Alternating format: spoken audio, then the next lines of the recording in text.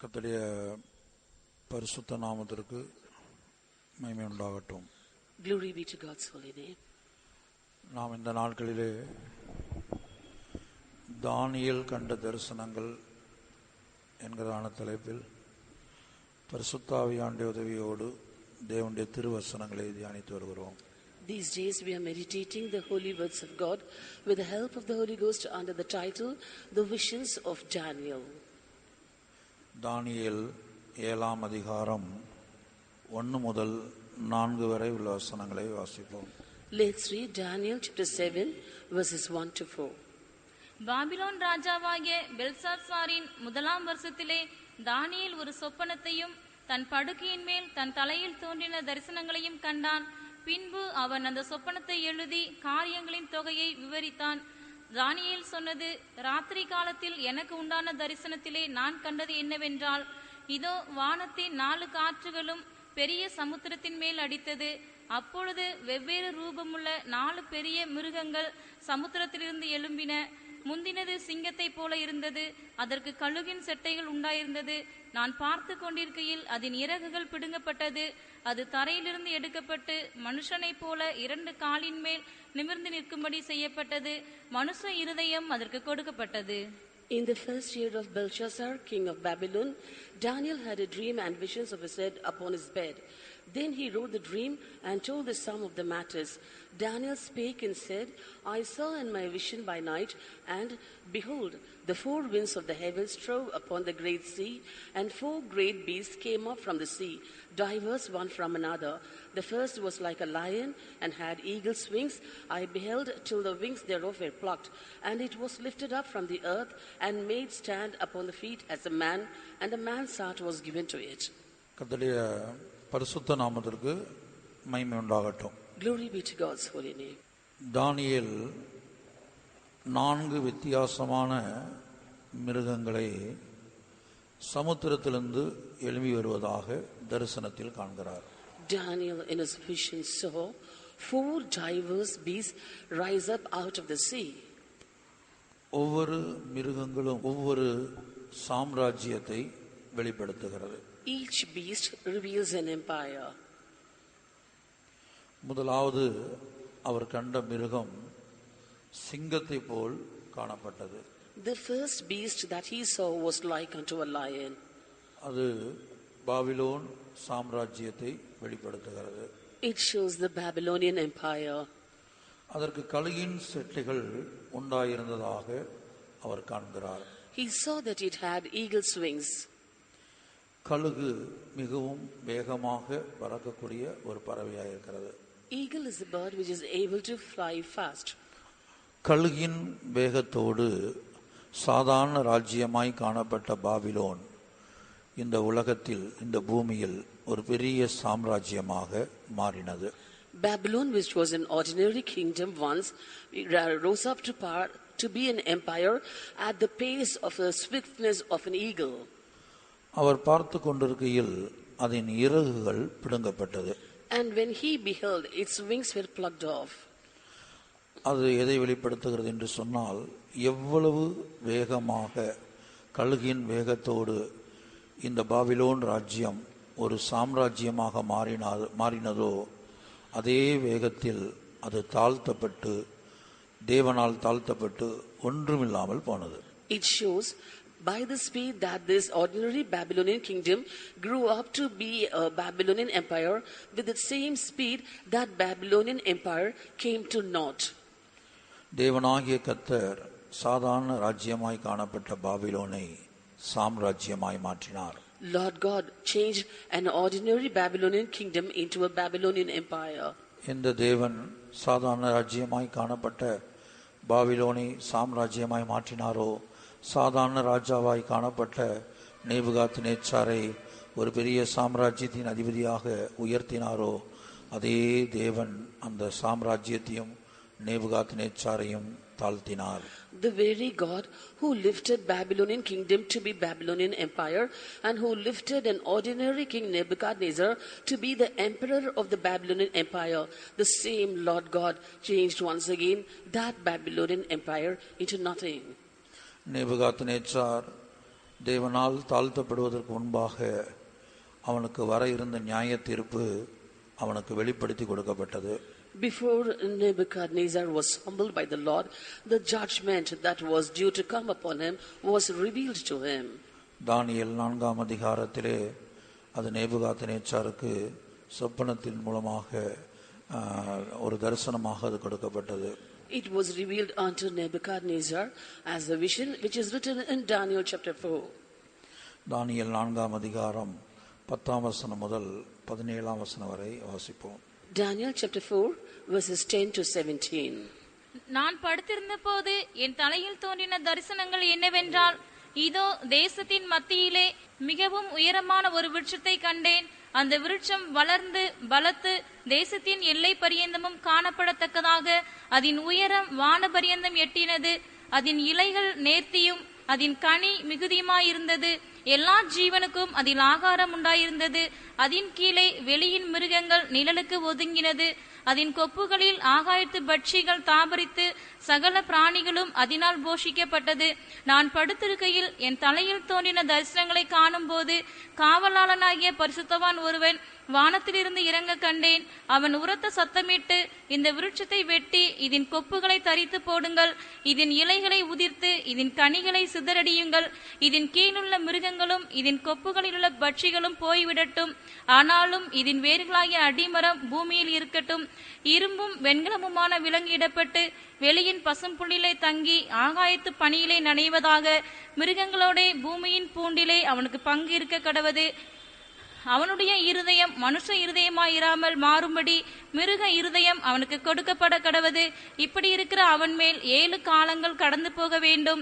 உன்னதமானவர் மனுஷருடைய ராஜ்யத்தில் ஆளுகை செய்து தமக்கு சித்தமானவனுக்கு அதை கொடுத்து மனுஷரில் தாழ்ந்தவனையும் அதன் மேல் அதிகாரியாக்குகிறார் என்று நரஜீவன்கள் அறியும்படிக்கு காவலாளரின் தீர்ப்பினால் இந்த காரியமும் பரிசுத்தவான்களின் மொழியினால் இந்த விசாரணையும் தீர்மானிக்கப்பட்டது என்றான்.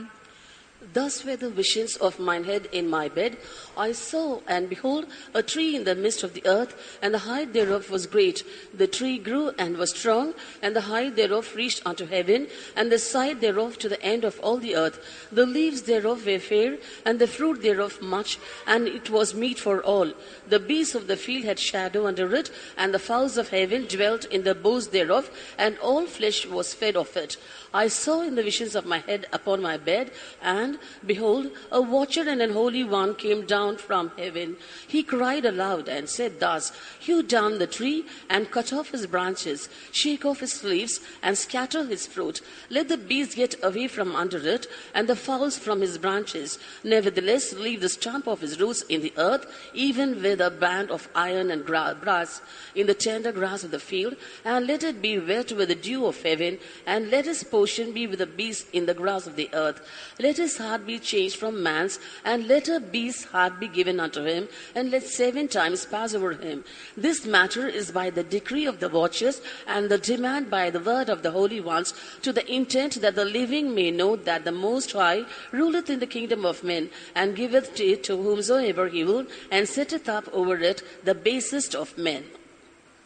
கர்த்தருடைய பரிசுத்த நாமத்திற்கு மகிமை உண்டாகட்டும். Glory be to God's holy name. நேபுகாத்நேச்சாருக்கு வரக்கூடிய நியாய தீர்ப்பு, இனிமேல் வரக்கூடிய நியாய தீர்ப்பை குறித்து கர்த்தர் அவனுக்கு வெளிப்படுத்தி கொடுத்தார்.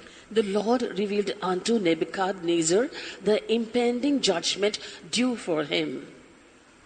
வெளிப்படுத்தி கொடுத்தது மாத்திரமல்ல, இந்த நியாய தீர்ப்பிலிருந்து தப்பித்துக் கொள்ளும்படியாக நேபுகாத்நேச்சார் என்ன செய்ய வேண்டும் என்கிற ஆலோசனையையும் கர்த்தர் தானியேலின் மூலமாக கொடுத்தார்.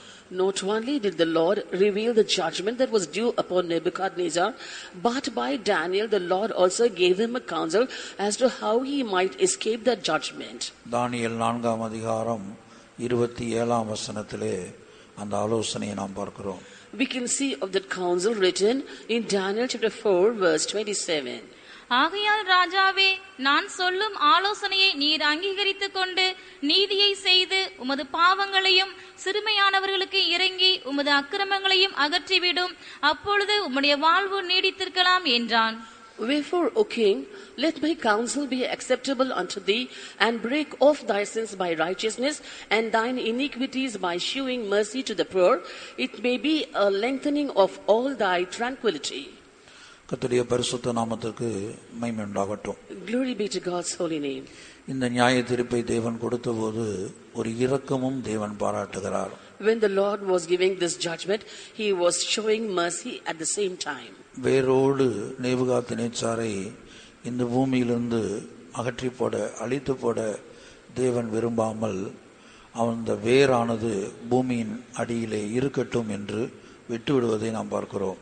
The Lord did not want to destroy Nebuchadnezzar totally and also to uproot him, but he had to show mercy and wanted the stump to be back on the earth.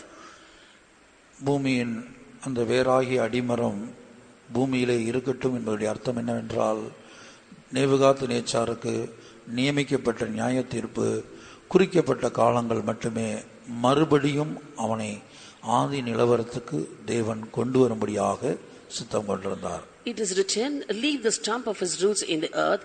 That means the judgment for Nebuchadnezzar was only for a particular period of time, and later the Lord wanted to restore him to the original state.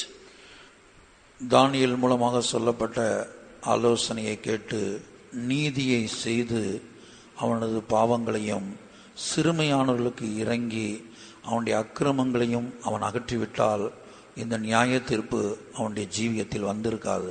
Hearkening unto the counsel of Daniel, had Nebuchadnezzar broken off the sins by righteousness and his iniquities by showing mercy to the poor, he wouldn't have faced the judgment. தனக்கு பிற்பாடு தன்னுடைய ராஜ்யம், தன்னுடைய பிள்ளைகளுக்கு, தன்னுடைய சந்ததியார் தொடர்ந்து ஆளுகை செய்ய வேண்டும் என்ற ஒரு மேட்டிமையான எண்ணம், ஒரு சுயநலமான எண்ணம் நேபுகாத்நேச்சாருக்கு வந்தது. Nebuchadnezzar had a haughty thought and also was selfish that after him his children and his children's children should occupy the throne. இப்படி ஒரு நியாய தீர்ப்பு வர காரணம் என்ன? What was the reason for such a judgment to come?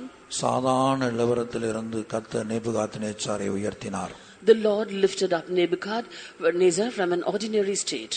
ஆனால் உயர்த்தப்பட்ட பிற்பாடு அவன் நன்றி மறந்தவனாக மாறிப்போனான். But after he was lifted up, he was unthankful. தன்னை உயர்த்தின தேவனாகிய கர்த்தருக்கு விரோதமான பாவங்களை செய்யக்கூடியவனாய் மாறினான். He became a man who started to do certain sins against the Lord God who had lifted him up. அவனுடைய ஜீவியத்திலே பெருமை கடந்து வந்தது. Pride came into his life. மாத்திரமல்ல, தேவனுடைய சொந்த ஜனங்களை விக்கிரக ஆராதனை செய்யும்படியாக பலவந்தப்படுத்தினான். Not only that, he forced God's own people to follow after idolatry. அந்த விக்கிரக ஆராதனை செய்ய மறுத்தவர்களை 7 மடங்கு அக்னி சூளையை சூடாக்கி அதிலே தூக்கி வீசக்கூடிய அளவுக்கு ஒரு கொடூரமுள்ளவனாய் மாறினான். He became so cruel and violent that he wanted to cast off those people who did not follow after idolatry into a superheated furnace which was heated 7 times over. அவன் சாம்ராஜ்யத்தின் அதிபதியாக உயர்த்தப்பட்ட போது சாதாரண ராஜாவாக காணப்பட்ட நேபுகாத்நேச்சாரிடத்தில் இருந்த தாழ்மை அந்த சாம்ராஜ்யத்தின் அதிபதியாக உயர்த்தப்பட்ட போது இல்லாமல் போய்விட்டது. The humility that Nebuchadnezzar had when he was an ordinary king was not found in Nebuchadnezzar when he became an emperor. கர்த்தருடைய பரிசுத்த நாமத்திற்கு மகிமை உண்டாகட்டும். Glory be to God's holy name. ஆகவே நேபுகாத்நேச்சாரின் ஒவ்வொரு கிரியைகளையும் கண்காணித்து வந்ததான தேவ தூதர்கள் தேவ சமூகத்தில் நேபுகாத்நேச்சாருக்கு விரோதமாக செய்தியை அனுப்பினார்கள். Therefore the angels of God who were watching carefully every action of Nebuchadnezzar reported the matter to the Lord God. மறுபக்கத்திலே பூமியிலே காணப்பட்ட பரிசுத்தவான்களாகிய தேவனுடைய பிள்ளைகள் தங்களுடைய ஜெபங்களின் வாயிலாக நேபுகாத்நேச்சாரின் கிரியைகளை தேவனுக்கு தெரியப்படுத்தினார்கள். Not only that, the saints of the Lord God who were on this earth also was reporting every matter of Nebuchadnezzar to the Lord God. ஆகவே தான் தானியேல் 4:17 சொல்லப்பட்டது, காவலாளரின் தீர்ப்பினால் இந்த காரியமும் பரிசுத்தவான்களின் மொழியினால் இந்த விசாரணையும் தீர்மானிக்கப்பட்டது. That's why it's written in Daniel chapter 4 verse 17, this matter is by the decree of the watchers and the demand by the word of the Holy One. ஒரு புறஜாதி ராஜாவாகிய நேபுகாத்நேச்சாருடைய ஒவ்வொரு கிரியைகளையும் தேவன் கண்காணித்திருக்க கூடுமானால், If the Lord had been carefully watching every action of a Gentile king Nebuchadnezzar, தேவ தூதர்கள், அதை அந்த காவலாளர் என்பது தேவ தூதர்களை வெளிப்படுத்துகிறது. watchers show the angels. மூலவாசையில் அப்படித்தான் சொல்லப்பட்டிருக்கிறது. This is the way it's been given in the original language.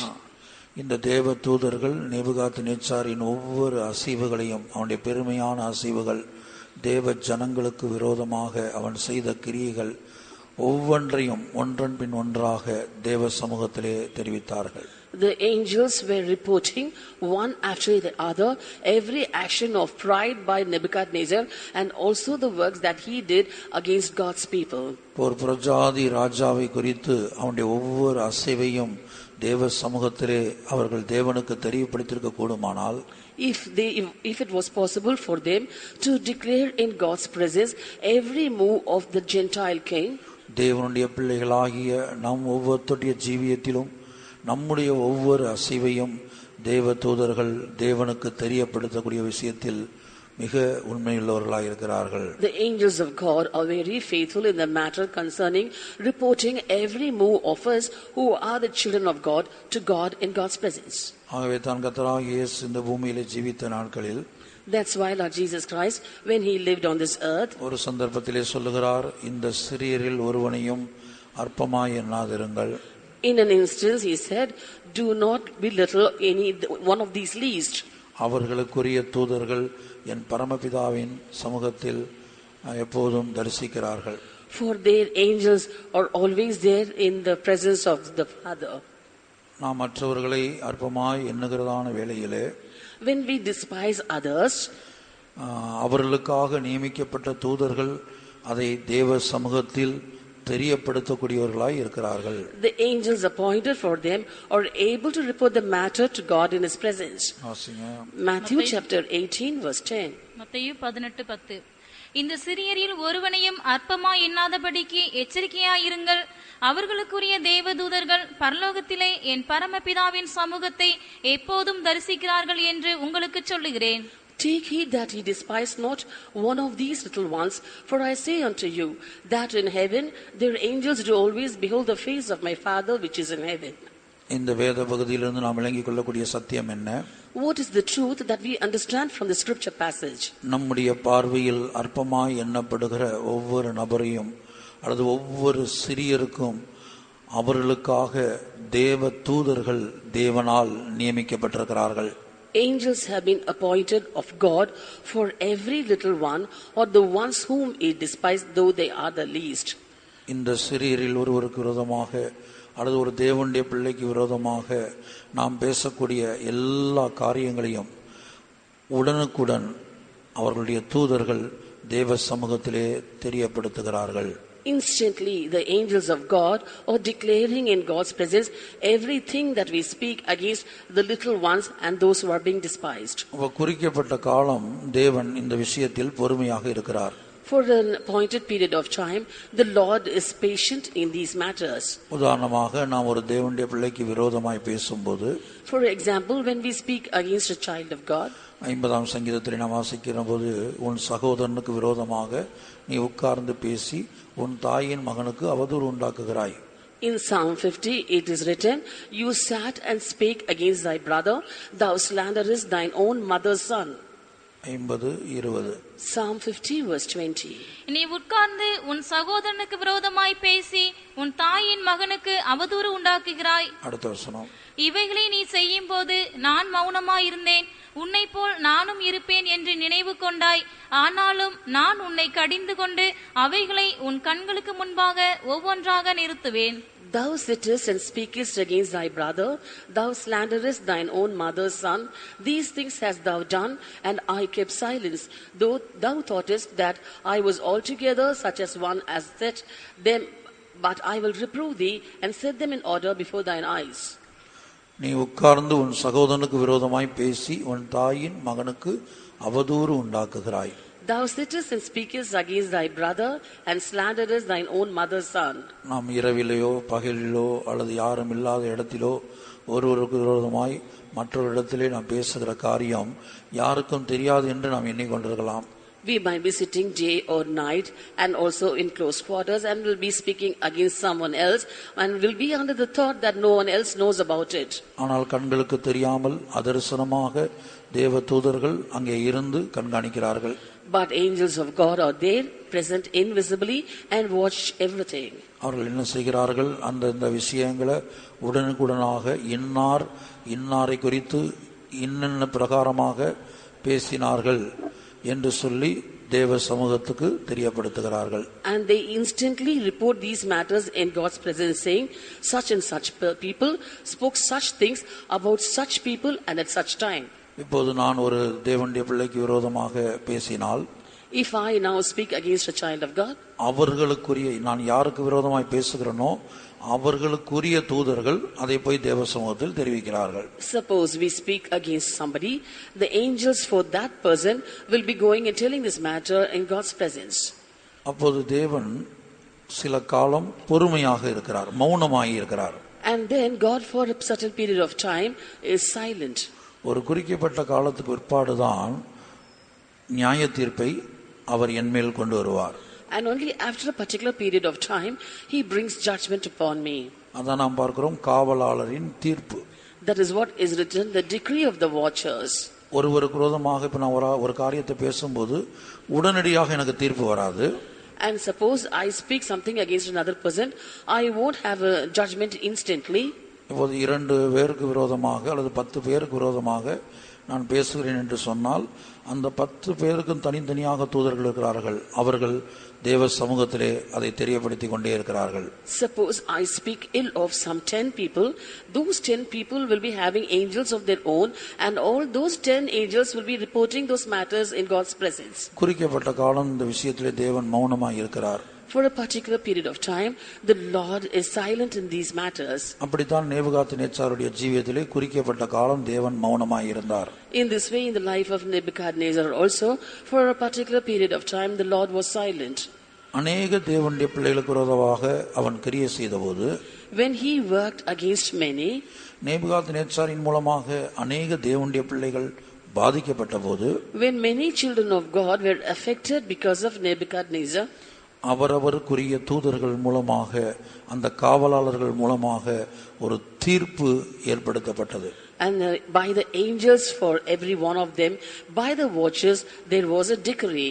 மறுபக்கத்தில் அந்த நேபுகாத்நேச்சார் யார் யாருக்கு விரோதமாக கிரியை செய்தானோ அவர்களுக்காக பரிசுத்தவான்கள் தங்களுடைய ஜெபத்திலே நேபுகாத்நேச்சாருக்கு விரோதமாக ஜெபித்துக் கொண்டிருந்தார்கள். On the other side, when Nebuchadnezzar worked against certain people of God, those saints also were praying in God's presence concerning Nebuchadnezzar. இப்போ ஒரு பக்கம் காவலாளருடைய தீர்ப்பு நேபுகாத்நேச்சாருக்கு விரோதமாய் இருந்தது. On one side, the decree of the watchers were against Nebuchadnezzar. மறுபக்கத்திலே பரிசுத்தவான்களுடைய மொழியும் அவனுக்கு விரோதமாய் இருந்தது.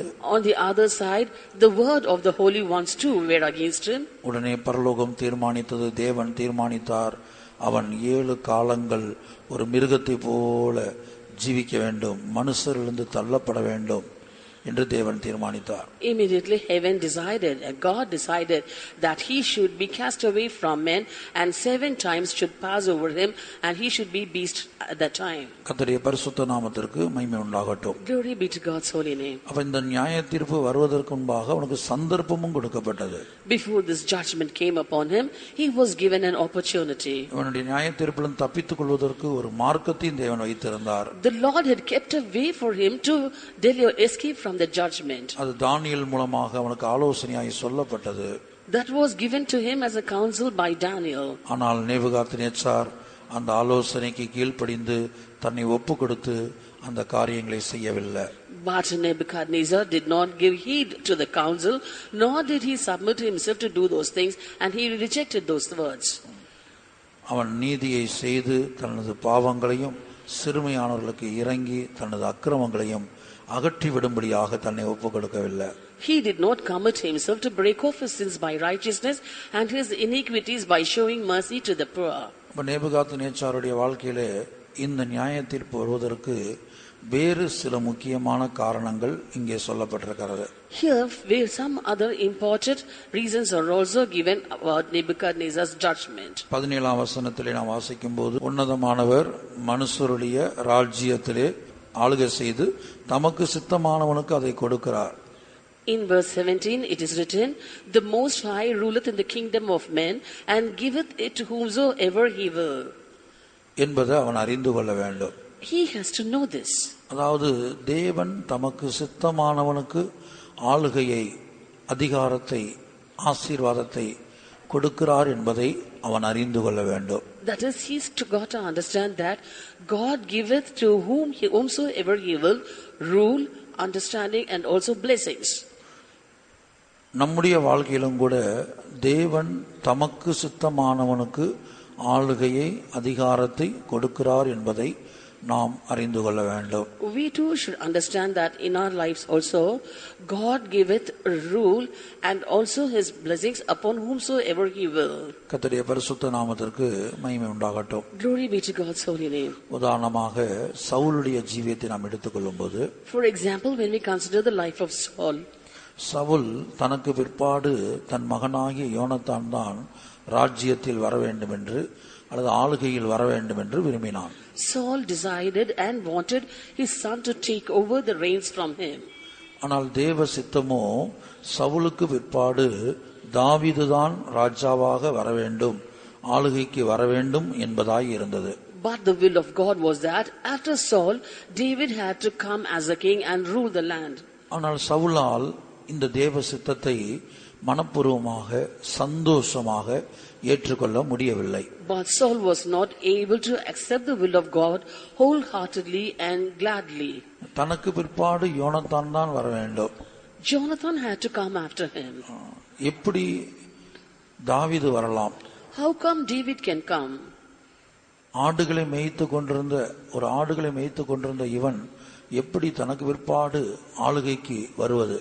How come a person who was tending the sheep come to rule after him?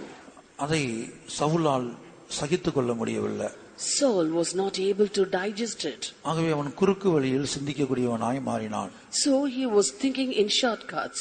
தாவீது உயிரோடு இருந்தால் மாத்திரமே தனக்கு பிற்பாடு சிங்காசனத்திலே வர முடியும். If David is alive alone, can he come to the throne after him? அவனை கொன்று போட்டால் தான் விரும்பினபடி தனக்கு பிற்பாடு யோனத்தான் தன்னுடைய சிங்காசனத்துக்கு வந்து விடலாம் என்று சவுல் எண்ணினான். Saul thought if he finished off David or killed him, after him Jonathan can easily occupy his throne. கர்த்தருடைய பரிசுத்த நாமத்திற்கு மகிமை உண்டாகட்டும். Glory be to God's holy name. அப்ப தேவனுக்கு சித்தமானவனுக்கு தேவன் தமது ஆளுகையை கொடுக்கிறார். எந்த மனிதனுக்கும், தனக்கு சித்தமான எந்த மனிதனுக்கும் அவர் ஆளுகையை கொடுக்க வல்லவர் என்பதை சவுலால், தேவனால் அபிஷேகம் பண்ணப்பட்டு ராஜாவாய் உயர்த்தப்பட்ட சவுலால் ஏற்றுக்கொள்ள முடியவில்லை. Saul who was anointed of the Lord and made as king by God, was not able to accept the fact that it was possible with God to bring to power as king whomsoever he will. இந்த சவுலையும் கூட தாழ்வான நிலவரத்திலிருந்து, ஒரு எளிய கோத்திரத்திலிருந்து, அற்பமான கோத்திரத்திலிருந்து தேவன் தெரிந்தெடுத்து ராஜாவாக உயர்த்தினார். This Saul was also from a very simple family. His tribe was the least of all the tribes, and from that place the Lord chose him and made him as king. அப்ப சவுல் என்ன நினைத்திருக்க வேண்டும்? What should have Saul thought? தகுதியில்லாத என்ன ஆண்டவர் எனக்கு ஆளுகையை கொடுத்தாரே, I am unworthy and yet the Lord gave me a rule. தகுதியில்லாத என்னை எனக்கு தேவன் ஆளுகையை கொடுத்தாரே, I am unworthy yet the Lord gave me a rule. என்னை ராஜாவாக்கும்படியாக தேவன் சித்தம் கொண்டாரே, The Lord had decided and willed to make me as king. அதுபோல எந்த ஒரு தகுதியில்லாத மனிதனையும் ராஜாவாக உயர்த்த தேவனுக்கு சித்தம் இருந்தால் அது நடக்கட்டும் என்று அவன் விட்டு கொடுத்திருக்க வேண்டும். He should have yielded, saying, if it is the will of God to bring any unworthy person to be king, he should have gladly accepted it. ஆனால் சவுல் அதை செய்யவில்லை. But Saul did not do that. அவன் ஒரு பிடிவாத குணமுடையவனாய் காணப்பட்டான். He was adamant. தேவ சித்தத்துக்கு விரோதமாக அவன் கிரியை செய்து கொண்டிருக்கிறான். He was working against the will of God. எப்படி ஆயிலும் எனக்கு பிற்பாடு யோனத்தான் தான் சிங்காசனத்திலே வர வேண்டும், ஆளுகை செய்ய வேண்டும். Somehow after me, Jonathan should come to the throne and rule the land. கர்த்தருடைய பரிசுத்த நாமத்திற்கு மகிமை உண்டாகட்டும். Glory be to God's holy name. அதுபோலதான் நேபுகாத்நேச்சாருக்கும் அப்படிப்பட்ட எண்ணம் காணப்பட்டது. Similar thoughts were coming for Nebuchadnezzar too. அவன் தன்னுடைய பாபிலோன் சாம்ராஜ்யத்தை அவன் ஒரு பெரிய சாம்ராஜ்யமாக மாறின போது தனக்கு பிற்பாடு இந்த ராஜ்யத்தின் நிலவரம் என்ன, இந்த ராஜ்யம் யாருடைய கையிலே ஒப்படைக்கப்படும், யார் ஆளுகை செய்வார்கள், அல்லது என்னுடைய பிள்ளைகள் தான், என்னுடைய சந்ததியார் தான் இதை ஆளுகை செய்வார்களா, இப்படிப்பட்ட எண்ணங்கள் அவனுக்கு தோன்றினது. Thoughts came upon the mind of Nebuchadnezzar that this Babylon is a very great empire now. After me, will my son occupy the throne? Will it come to my descendants? Will my descendants alone rule this Babylonian empire?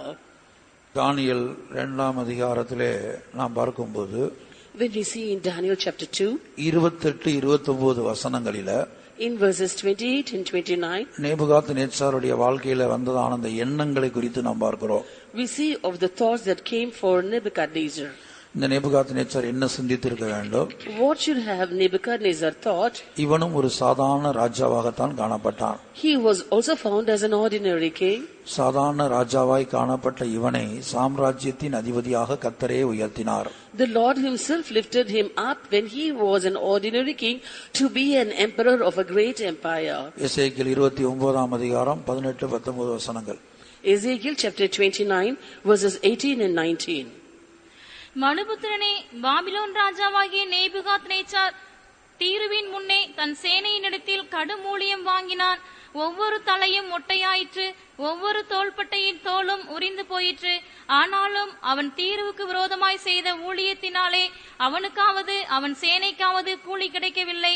ஆகையால் கர்த்தராகிய ஆண்டவர் சொல்லுகிறது என்னவென்றால், இதோ நான் Babylon ராஜாவாகிய நேபுகாத்நேச்சாருக்கு எகிப்து தேசத்தை கொடுக்கிறேன். அவன் அதன் ஏராளமான ஜனத்தை சிறைப்பிடித்து அதன் ஆஸ்தியை சூறையாடி அதன் கொள்ளை பொருளை எடுத்துக் கொள்வான். இது அவனுடைய சேனைக்கு கூலியாயிருக்கும். Son of man, Nebuchadnezzar king of Babylon caused his army to serve a great service against Tyrus. Every head was made bald and every shoulder was peeled. Yet had he no wages nor his army for Tyrus for the service that he had served against it. Therefore thus saith the Lord God, behold, I will give the land of Egypt unto Nebuchadnezzar king of Babylon, and he shall take her multitude and take her spoil and take her prey, and it shall be the wages for his army. சாதாரண ராஜாவாய் காணப்பட்ட Nebuchadnezzar தன்னுடைய திறமையினாலும் தன்னுடைய சாமர்த்தியத்தினாலும் அல்ல உயர்த்தப்பட்டது. King Nebuchadnezzar was an ordinary king, but he was lifted up not because of his efficiency or capacity. சாதாரண ராஜாவாகிய நேபுகாத்நேச்சாரை சாம்ராஜ்யத்தின் அதிபதியாக உயர்த்தினது தேவனாகிய கர்த்தர்.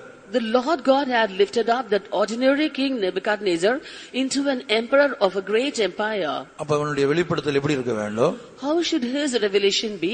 சாதாரண என்ன ஆண்டவர் இந்த அளவுக்கு உயர்த்தினார்? I was very ordinary, but the Lord has exalted me to this level. எனக்கு பிற்பாடு இந்த சாம்ராஜ்யத்தை ஆண்டவர் அவருக்கு சித்தமானவனுக்கு இந்த ஆளுகையை அவர் கொடுப்பார். After me, the Lord will give this kingdom into the hand of the one whomsoever he wills. எனக்கு பிற்பாடு இந்த சாம்ராஜ்யம் அவருக்கு தேவனுக்கு சித்தமானவனுக்கு அல்லது கர்த்தருக்கு சித்தமானவனுக்கு கிடைக்கட்டும். Let this empire go to the one which is the will of God after me. இப்படிப்பட்ட எண்ணம் வரவில்லை. He did not have such a thought. இவனுக்கு பிற்பாடு இவனுடைய பிள்ளைகள், அவனுடைய பிள்ளைகள், இப்படி அவனுடைய சந்ததியார் தொடர்ந்து ஆளுகையில் இருப்பார்களா என்கிறதான எண்ணமும் ஒரு கலக்கமும் உண்டானது.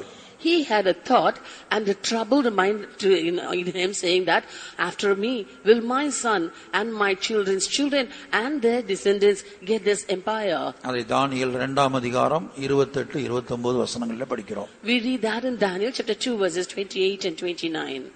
மறைபொருள்களை வெளிப்படுத்துகிற பரலோகத்தில் இருக்கிற தேவன் கடைசி நாட்களில் சம்பவிப்பதை ராஜாவாகிய நேபுகாத்நேச்சாருக்கு தெரிவித்திருக்கிறார்.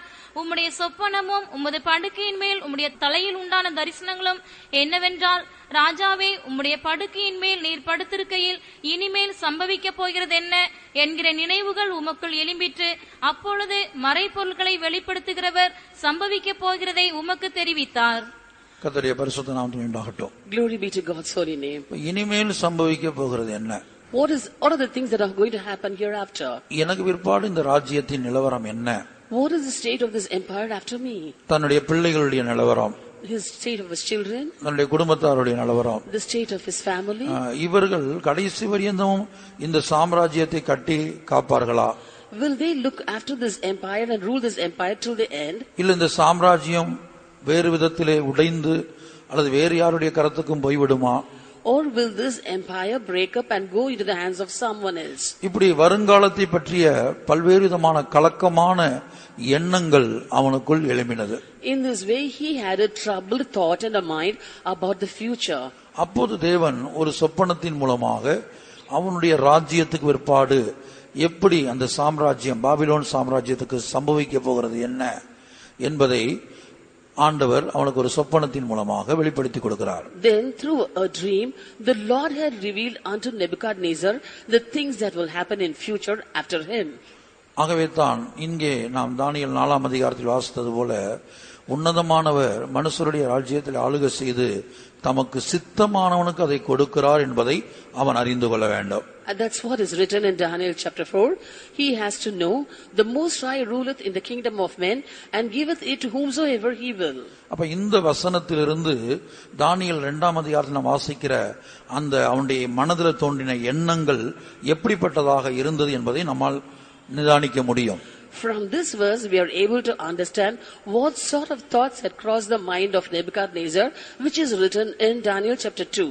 தனக்கு பிற்பாடு பாபிலோன் சாம்ராஜ்யத்தினுடைய நிலவரத்தை குறித்து அவன் எப்படிப்பட்ட எண்ணங்கள் உடையவனாக இருந்தான் என்பது தானியேல் 2ஆம் அதிகாரத்தில் தெளிவாக சொல்லப்படாவிட்டாலும், Even though it's not very clearly stated in Daniel chapter 2 about the thoughts that Nebuchadnezzar had about his empire after him, தன்னுடைய குடும்பத்தார், அவர்களுக்கு பிற்பாடு அவருடைய பிள்ளைகள், தன்னுடைய சந்ததியார் தான் தொடர்ந்து பாபிலோன் சாம்ராஜ்யத்தை ஆளுகை செய்ய வேண்டும் என்று அவனுக்கு தோன்றின எண்ணங்கள் 2ஆம் அதிகாரத்தில் தெளிவாக எழுதப்படாவிட்டாலும், though it's not clearly written in chapter 2, the thoughts that Nebuchadnezzar had that his family and his children and his posterity should rule the empire continuously. ஆனால் 4ஆம் அதிகாரம் 17ஆம் வசனத்திலே நாம் பார்க்கும்போது அது தெளிவாக விளங்குகிறது. But when we look into Daniel chapter 4 verse 17, it's very clearly understood. உன்னதமானவர் மனுஷருடைய ராஜ்யத்தில் ஆளுகை செய்து தமக்கு சித்தமானவனுக்கு அதை கொடுக்கிறார் என்பதை அவன் அறிந்து கொள்ளும்படியாக இந்த நியாய தீர்ப்பு வர அது ஒரு காரணம். The reason for this judgment is that he should know that the Most High ruleth in the kingdom of men and giveth it to whomsoever he will.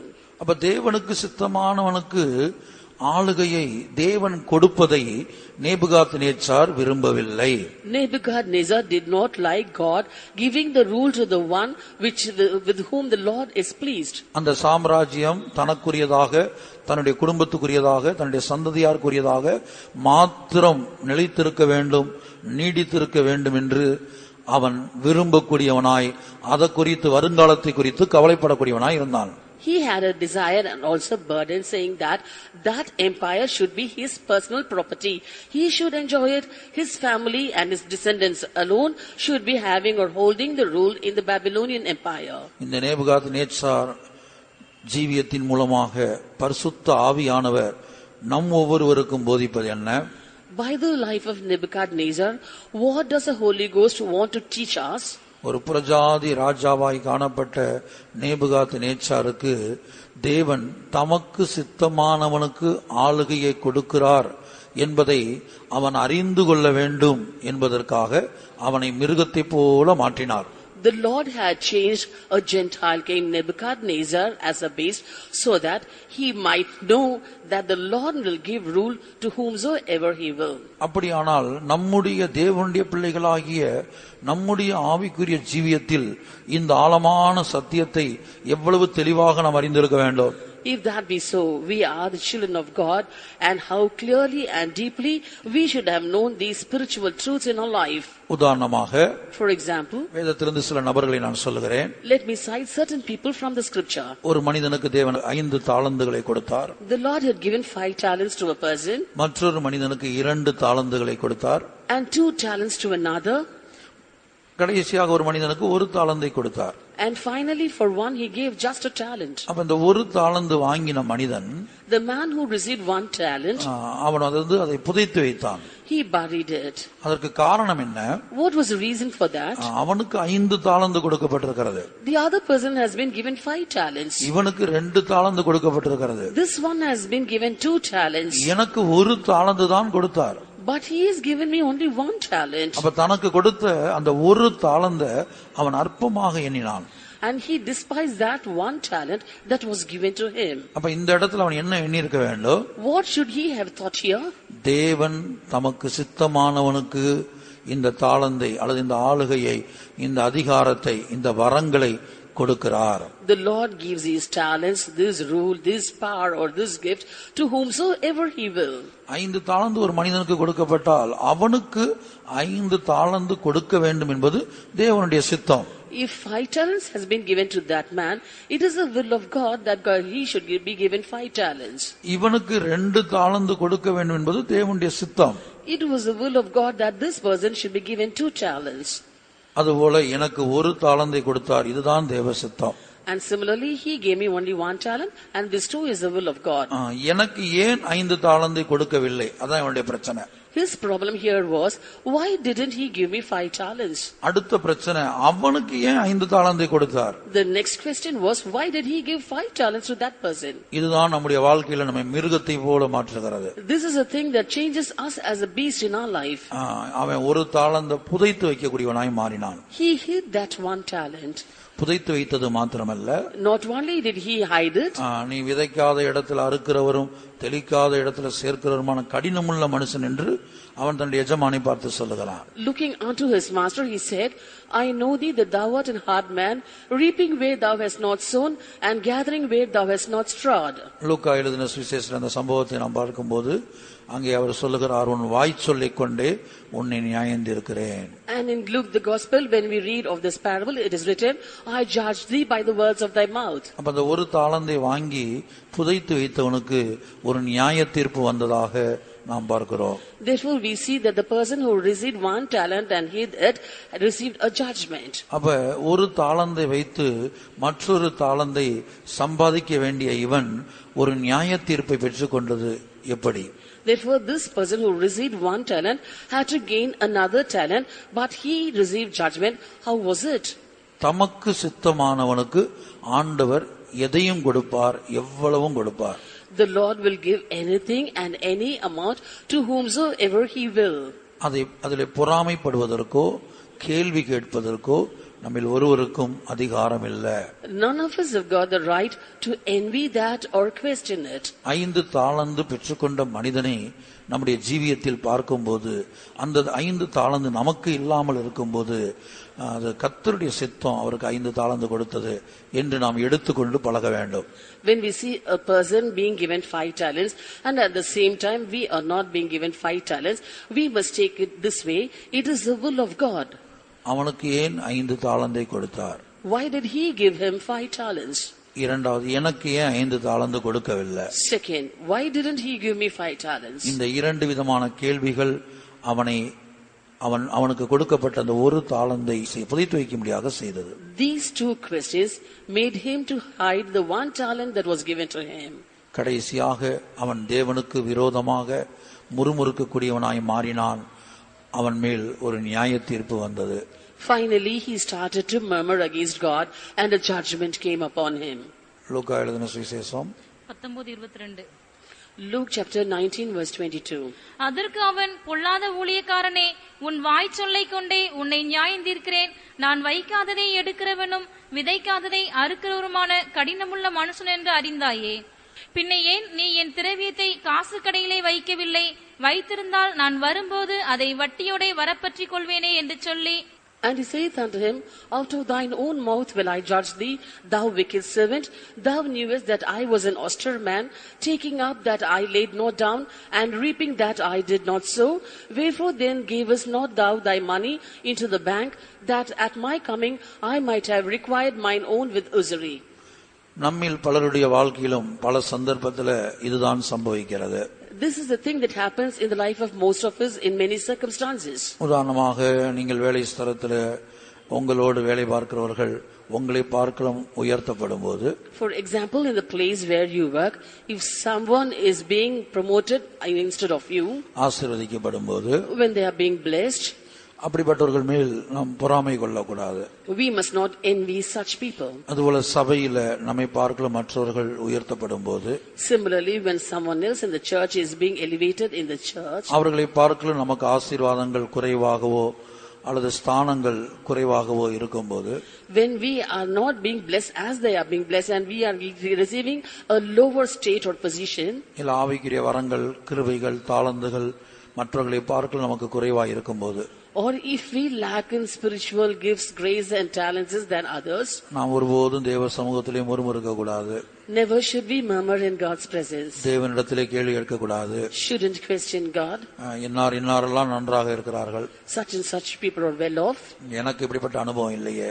I don't have such experiences. இப்படிப்பட்ட சுபாவம் நம்முடைய வாழ்க்கையிலே நியாய தீர்ப்பை கொண்டு வரும். Such natures will bring judgment in our life. கர்த்தருடைய பரிசுத்த நாமத்திற்கு மகிமை உண்டாகட்டும். Glory be to God's holy name. ஆகவே ஒரு மனிதனுக்கு 5 தாளந்தை கொடுப்பது தேவனுடைய சித்தம். Therefore is the will of God to give 5 talents to a man, 2 தாளந்தை மற்றொருவனுக்கு கொடுப்பது அது அவருடைய சித்தம். and is the will of God again to give 2 talents to another man. அதுபோல ஒரு நபருக்கு 1 தாளந்தை கொடுப்பது அவருடைய சித்தம். Similarly, it is the will of God to give 1 talent to a person. கிறிஸ்தவ வாழ்க்கையில் மற்றவர்களோடு ஒப்பிட்டு பார்த்து நாம் வாழ ஜீவிக்க போகக்கூடாது. In Christian life, we should not live comparing ourselves with others. கர்த்தருடைய பரிசுத்த நாமத்திற்கு மகிமை உண்டாகட்டும். Glory be to God's holy name. இரண்டாவது சம்பவத்தை நாம் பார்க்கும்போது, When we look into the second incident, அந்த 11ஆம் மணி நேரத்திலே வேலைக்கு வந்தவர்கள், the people who came to work at the 11th hour, ஆரம்பத்திலே வேலைக்கு வந்து பகல்ல அந்த வெயிலின் உஷ்ணத்திலையும் பல்வேறு கஷ்டங்களை அனுபவித்து வேலை பார்த்தவர்களுக்கு எஜமான் 1 பணம் கொடுத்தார். the master gave 1 penny to the people who were appointed early in the day and also who had borne the burden and heat of the day. இந்த 11ஆம் மணி நேரத்துல வந்தவங்களுக்கும் 1 பணம் தான் கொடுத்தார். And similarly he paid a penny also for the people who came at the 11th hour. ஆனா ஆரம்பத்துல வந்து பாடுபட்டவங்களுடைய மனது எப்படி இருந்தது? But how was the mind of the ones who came early and suffered all through the day? எஜமானிடத்திலே போய் கேட்கிறார்கள், எங்களையும் அவர்களையும் சமமாக்கினீரே. They went and asked the master, thou hast made them equal unto us. நாங்கள் எவ்வளவோ பாடுபட்டோம், We labored much, எவ்வளவோ கஷ்டப்படுகிறோம், we are suffering much, எவ்வளவோ பிரச்சனைகள் வழியாக போய் கொண்டிருக்கிறோம். we are passing through so many problems. அப்படிப்பட்ட எங்களையும் இவர்களையும் சமமாக்கினீரே. And now you have made us equal with these. கர்த்தருடைய பரிசுத்த நாமத்திற்கு மகிமை உண்டாகட்டும். Glory be to God's holy name. தேவனுக்கு சித்தமானது தேவன் அவனுக்கு கொடுக்கிறார். The Lord gives to him that is his will. 11ஆம் மணி நேரத்துல வந்தவனுக்கும் 1 பணம் கூலி கொடுப்பது, அதாவது ஆரம்பத்திலிருந்து பாடுபடுறவனுக்கு எவ்வளவு பணம் கூலியோ அதே கூலிய 11ஆம் மணி நேரத்துல வந்தவனுக்கும் கொடுப்பது தேவ சித்தம். It is the will of God to pay the same wages for the person who came at the 11th hour as was given to the person who came very early in the day.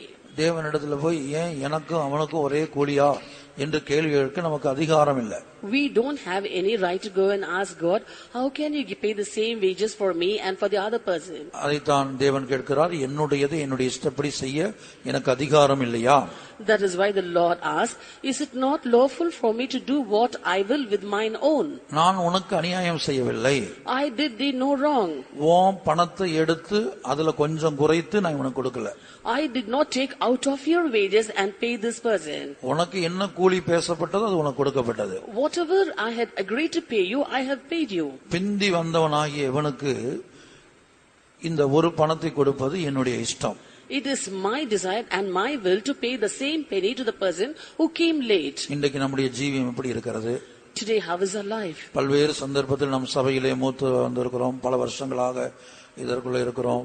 இவர்கள் நேற்றைக்கு வந்தவர்கள், இவர்கள் புதிதாய் வந்தவர்கள், இவர்களும் நாங்களும் ஒன்றா, இப்படிப்பட்ட எண்ணங்கள் நம்முடைய ஜீவியத்தில் வந்ததுண்டா?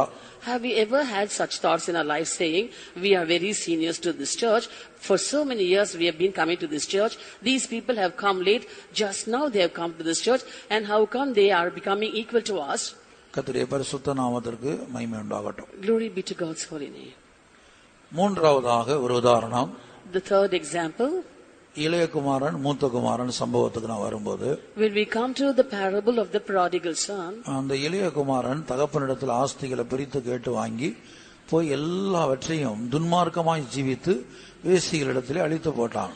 the younger son had demanded the portion of goods that fell unto him from his father, took it and wasted it by riotous living with harlots. ஆனால் மூத்த குமாரன் என்ன செய்கிறான்? But what did the elder son do?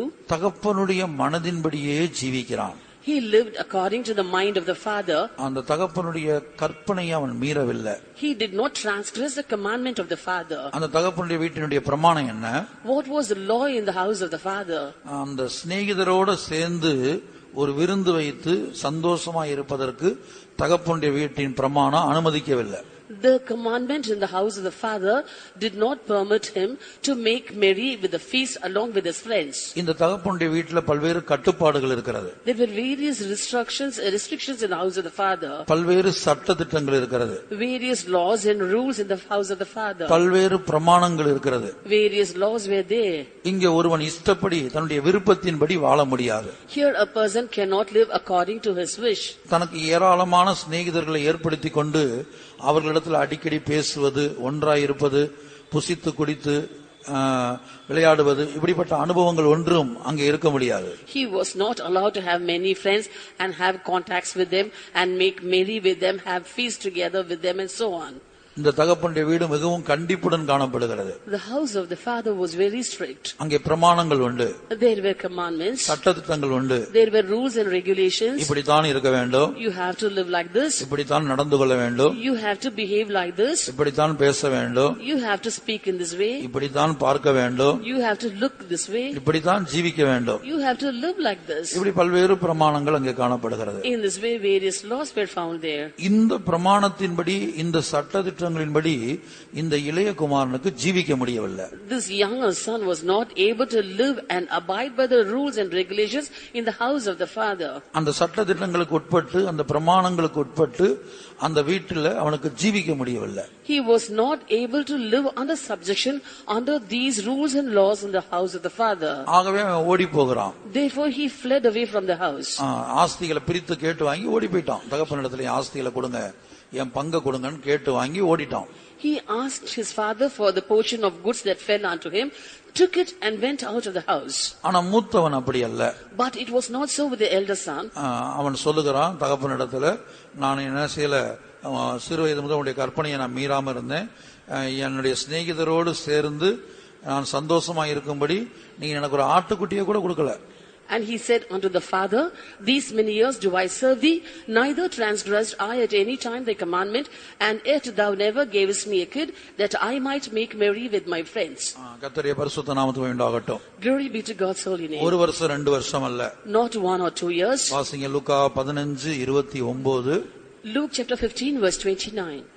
அவன் தகப்பனுக்கு பிரதியுத்தரமாக, இதோ இத்தனை வருஷ காலமாய் நான் உமக்கு ஊழியம் செய்து ஒரு காலம் உம்முடைய கற்பனையை மீறாதிருந்தும் என் சிநேகிதரோடே நான் சந்தோஷமாயிருக்கும்படி நீர் ஒரு காலம் எனக்கு ஒரு ஆட்டுக்குட்டியையாவது கொடுக்கவில்லை.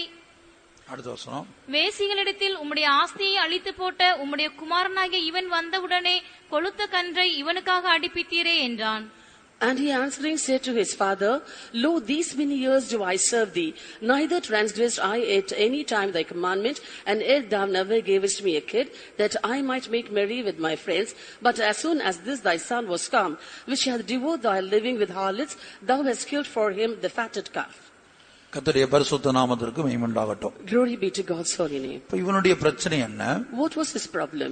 ஆளுகை அல்ல, Not a rule.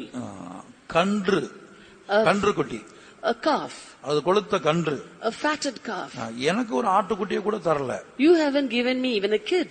இத்தனை வருஷ காலமாக உம்முடைய கற்பனையை நான் மீறவில்லை. These many years did not I transgress thy commandment. என் சிநேகிதரோடு சந்தோஷமா நான் இருக்கல. I would not make merry with my friends.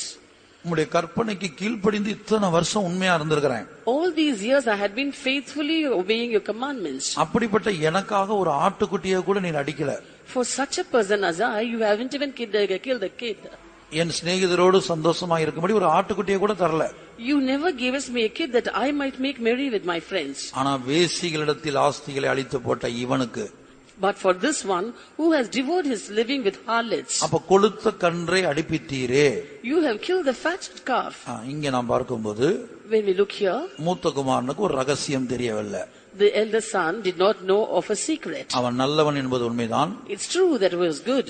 எத்தனையோ வருஷமாக அந்த தகப்பனுடைய வீட்டின் சட்ட திட்டங்களுக்கு கற்பனைகளுக்கு உட்பட்டு அவன் ஜீவித்தான் என்பது உண்மைதான். And it's also true that for so many years he was abiding by the rules and regulations found in the house of the father and was living there. இந்த இளைய குமாரனை போல அநேக சிநேகிதர்களை தனக்கு உண்டாக்கி கொண்டு தன்னுடைய மனசும் மாம்சமும் விரும்பினபடி இவன் ஜீவிக்கவில்லை என்பது உண்மைதான். And it's also true that he did not live like the younger son, making many friends for himself and living according to his whims and fancies. இந்த சிநேகிதரோடு சேர்ந்து கொண்டு விருந்து வைத்து புசித்து குடித்து சந்தோஷிக்கவில்லை, கலிகூறவில்லை என்பது உண்மைதான். And it's also true that he did not make merry with his friends with eating and playing. ஆனா அதே வேளையில் ஒரு சத்தியம், ஒரு ரகசியம் எனக்கு தெரியவில்லை. At the same time he did not know a truth or a secret. தமக்கு சித்தமானவனுக்கு அவர் கொளுத்த கன்றை அடிப்பிக்கிறார். He was killing a fatted calf for whomsoever he will. அவன் வேசிகளிடத்தில் ஆஸ்தி அழித்து போட்டிருக்கலாம். He could have lost his living through harlots. தன்னுடைய ஆஸ்திகள் எல்லாம் ஏற்கனவே கேட்டு பங்கை பிரித்து வாங்கி அதையெல்லாம் போய் அழித்து போட்டிருக்கலாம். He could have asked for his portion of substance, taken it and also devoured everything.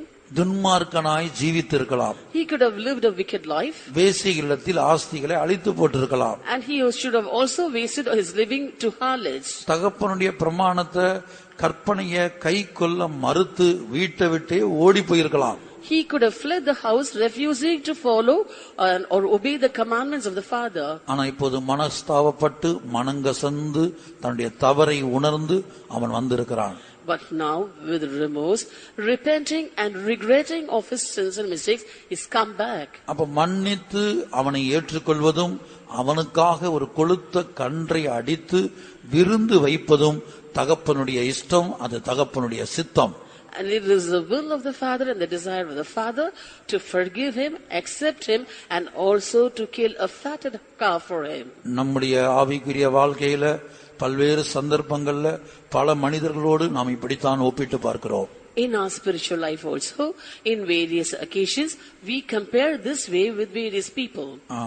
அவன் வேசிகளிடத்திலே ஆஸ்தியை அழித்து போட்டவன். And he was the one who devoured his living with harlots. அவன் கற்பனைகளின்படி ஜீவிக்க முடியாமல் தேவனுடைய வீட்டை விட்டு ஓடி போனவன். And he did not and could not live by the commandments, so he ran away from the house of God. அவன் ஒரு பாவி.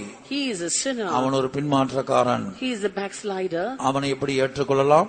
How can we accept him? அவனுக்கு எப்படி பொறுப்புகளை கொடுக்கலாம்? How can we trust responsibilities to him? அவனை எப்படி அங்கீகரிக்கலாம்? How can we accept him? இப்படி மற்றவர்களோடு, இப்படிப்பட்ட பின்மாற்றக்காரர்களோடு நாம் நம்மை ஒப்பிட்டு பார்த்து அவர்களை குறை சொல்லுகிற அனுபவம் நமக்குள்ளே உண்டோ? In this way, do we compare ourselves with backsliders and do we find fault with them?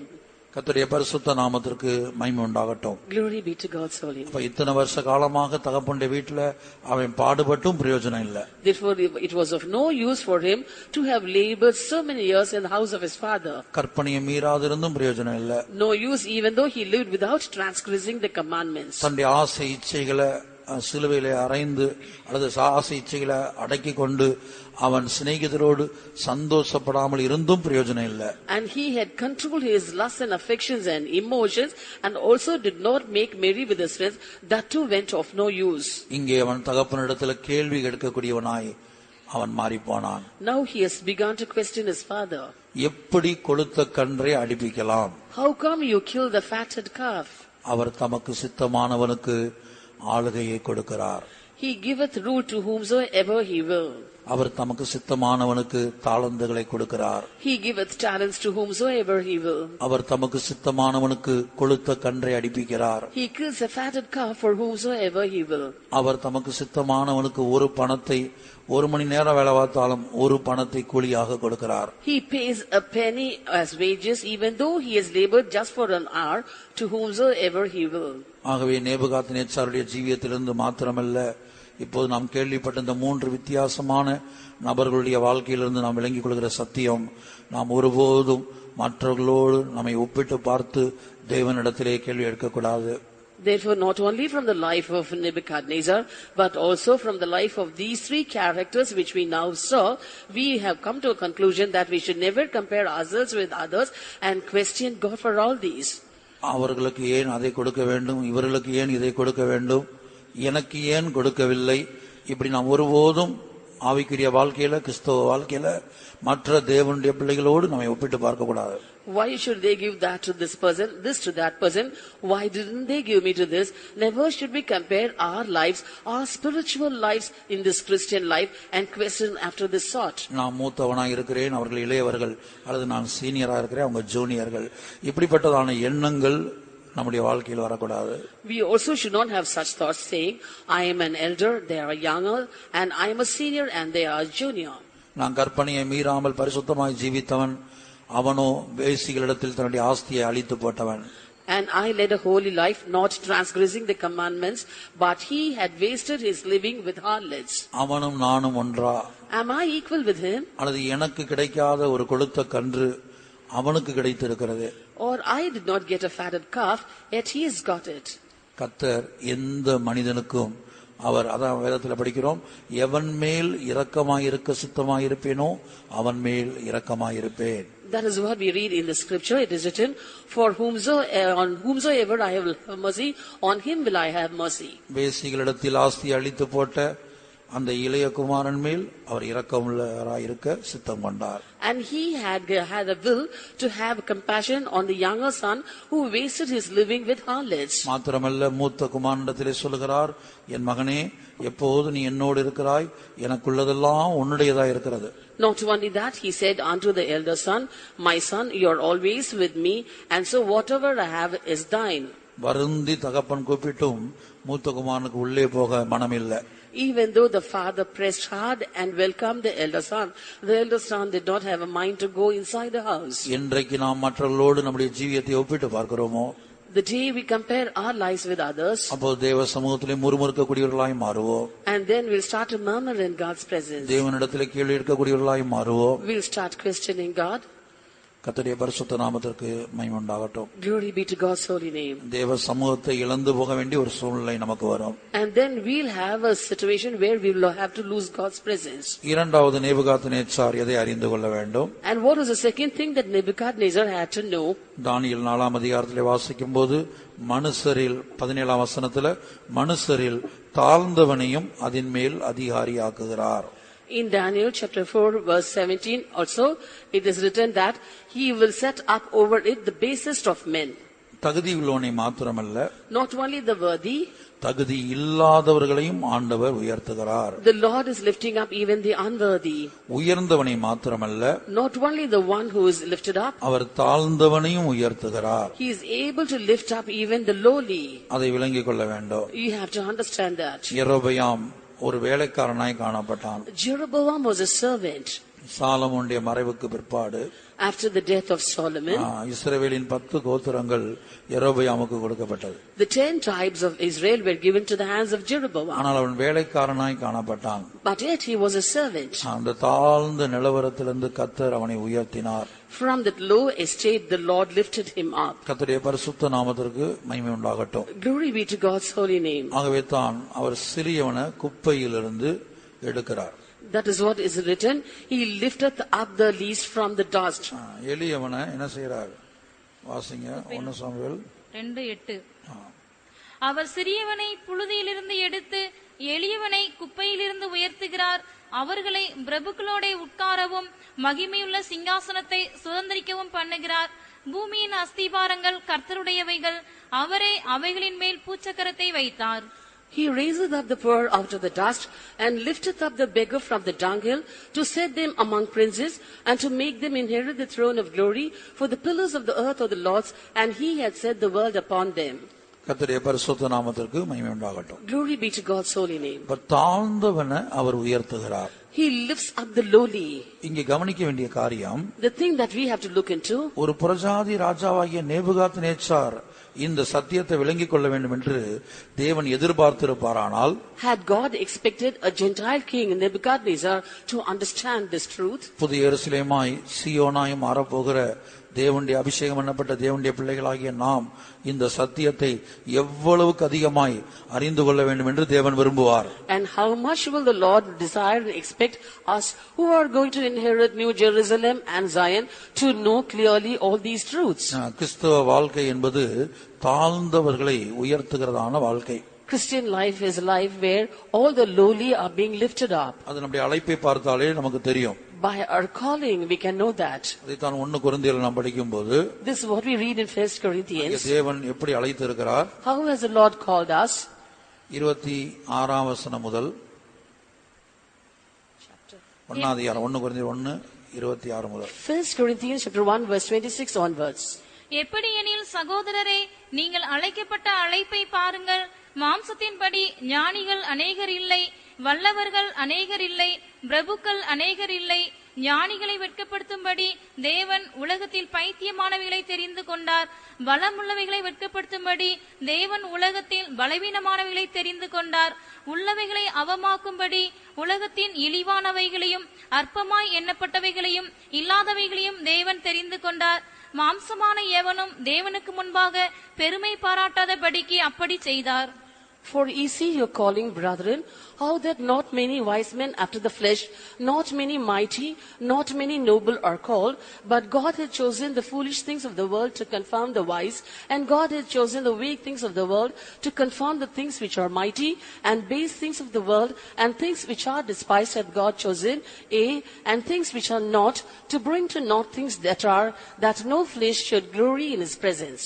நம்மிடத்தில் எந்த விசேஷம் இல்லை என்பதை நாம் உணர வேண்டும். We have to understand that we have no speciality in us. ஞானிகளை வெட்கப்படுத்தும்படி தேவன் உலகத்தில் பைத்தியமானவைகளை தெரிந்து கொண்டார். God had chosen the foolish things of the world to confound the wise. அப்ப ஒரு பைத்தியக்காரர்கள் மத்தியிலிருந்து ஒரு பைத்தியத்தை தேவன் உயர்த்துகிறார். Out of the foolish, the Lord elevates one fool. பலவீனமானவர்களுடைய மத்தியிலிருந்து ஒரு பலவீனமானவனை தேவன் உயர்த்துகிறார். And among the weak, the Lord lifts up one weak person. அந்த வெளிப்படுத்தல் நமக்கு வேண்டும். We need that revelation. ஒருவர் நம்மை பார்க்கலாம் உயர்த்தப்படும் போது, if someone is elevated to a better position than us, என்னிடத்தில் இல்லாத என்ன விசேஷம் அவர்களிடத்தில் இருக்கிறது? What speciality have they got that I do not have? அல்லது அவங்ககிட்ட இருக்கக்கூடிய அல்லது என்கிட்ட என்ன குறைவு இருக்குது? Or in what thing do I lack? இப்படி நாம் சிந்திக்க கூடாது. We should not think like this. நானும் ஒரு பைத்தியம். I am foolish. அவர்களும் பைத்தியம். They too are foolish. அப்ப பைத்தியத்தின் மத்தியிலிருந்து ஒரு பைத்தியத்தை தேவன் உயர்த்துகிறார். Among the foolish, the Lord lifts a fool. அதான் தாழ்ந்தவனையும் உயர்த்துகிறார் என்பதுடைய அர்த்தம். That is the meaning, that he is lifting up even the basest. தேவனுக்கு முன்பாக நாம் எல்லோருமே தாழ்ந்தவர்கள். All of us are base in the sight of the Lord. பாருங்க, நேபுகாத்நேச்சாருக்கு புத்தி வந்தபோது, when the mind came to Nebuchadnezzar, அதை அவன் அறிக்கையிடுகிறான். he confessed that அவன் புத்தி இந்த மிருகமாய் மாறி திரும்ப அவனுக்கு புத்தி வந்தபோது, he was a beast, and later when he came to himself, அவன் சொன்ன வார்த்தை என்ன? What was the thing that he told? தானியேல் 4ஆம் அதிகாரம் 35ஆம் வசனம். Daniel chapter 4 verse 35. பூமியின் குடிகள் எல்லாம் ஒன்றுமில்லை என்று எண்ணப்படுகிறார்கள். அவர் தமது சித்தத்தின்படியே வானத்தின் சேனையையும் பூமியின் குடிகளையும் நடத்துகிறார். அவருடைய கையை தடுத்து அவரை நோக்கி என்ன செய்கிறீர் என்று சொல்லத்தக்கவன் ஒருவனும் இல்லை என்றேன். And all the inhabitants of the earth are reputed as nothing, and he doeth according to his will in the army of heaven and among the inhabitants of the earth, and none can stay his hand or say unto him, What doest thou? இந்த நியாய தீர்ப்புல, இந்த சிறை இருப்புல நேபுகாத்நேசர் கற்றுக்கொண்ட ஒரு பெரிய சத்தியத்தை பாருங்க. Look at the great truth that Nebuchadnezzar had learnt out of this judgment and out of his captivity. முதல் காரியம், பூமியின் குடிகள் எல்லாம் ஒன்றுமில்லை என்று எண்ணப்படுகிறார்கள். The first matter is, all the inhabitants of the earth are reputed as nothing. Nothing. தேவனுக்கு முன்பாக ஒன்றுமே இல்லை. They are nothing before God. தேவனுக்கு முன்பாக இந்த பூமியிலே காணப்படுகிற எந்த ஒரு தேவனுடைய பிள்ளையும் அவங்க வாழ்க்கையில எவ்வளவு விசேஷம் இருந்தாலும் அவர்கள் தேவனுக்கு முன்பாக ஒன்றுமே இல்லை. Any child of God it might be, they might have many specialities in their life, but they are nothing before God. அதை எப்போதும் நாம் மனதில் வைத்துக் கொள்ள வேண்டும். Always and ever should we have that in our mind. இரண்டாவது அவன் கற்றுக்கொண்ட சத்தியம் என்ன? What was the second truth that he learnt? அவர் தமது சித்தத்தின்படியே வானத்தின் சேனையையும் பூமியின் குடிகளையும் நடத்துகிறார். He doeth according to his will in the army of heaven and among the inhabitants of the earth. அவருடைய கையை தடுத்து அவரை நோக்கி என்ன செய்கிறீர் என்று சொல்லத்தக்கவன் ஒருவனும் இல்லை. And none can stay his hand or say unto him, What doest thou? இதைத்தான் அந்த சிறை இருப்பிலே நேபுகாத்நேச்சார் கற்றுக்கொண்டான்.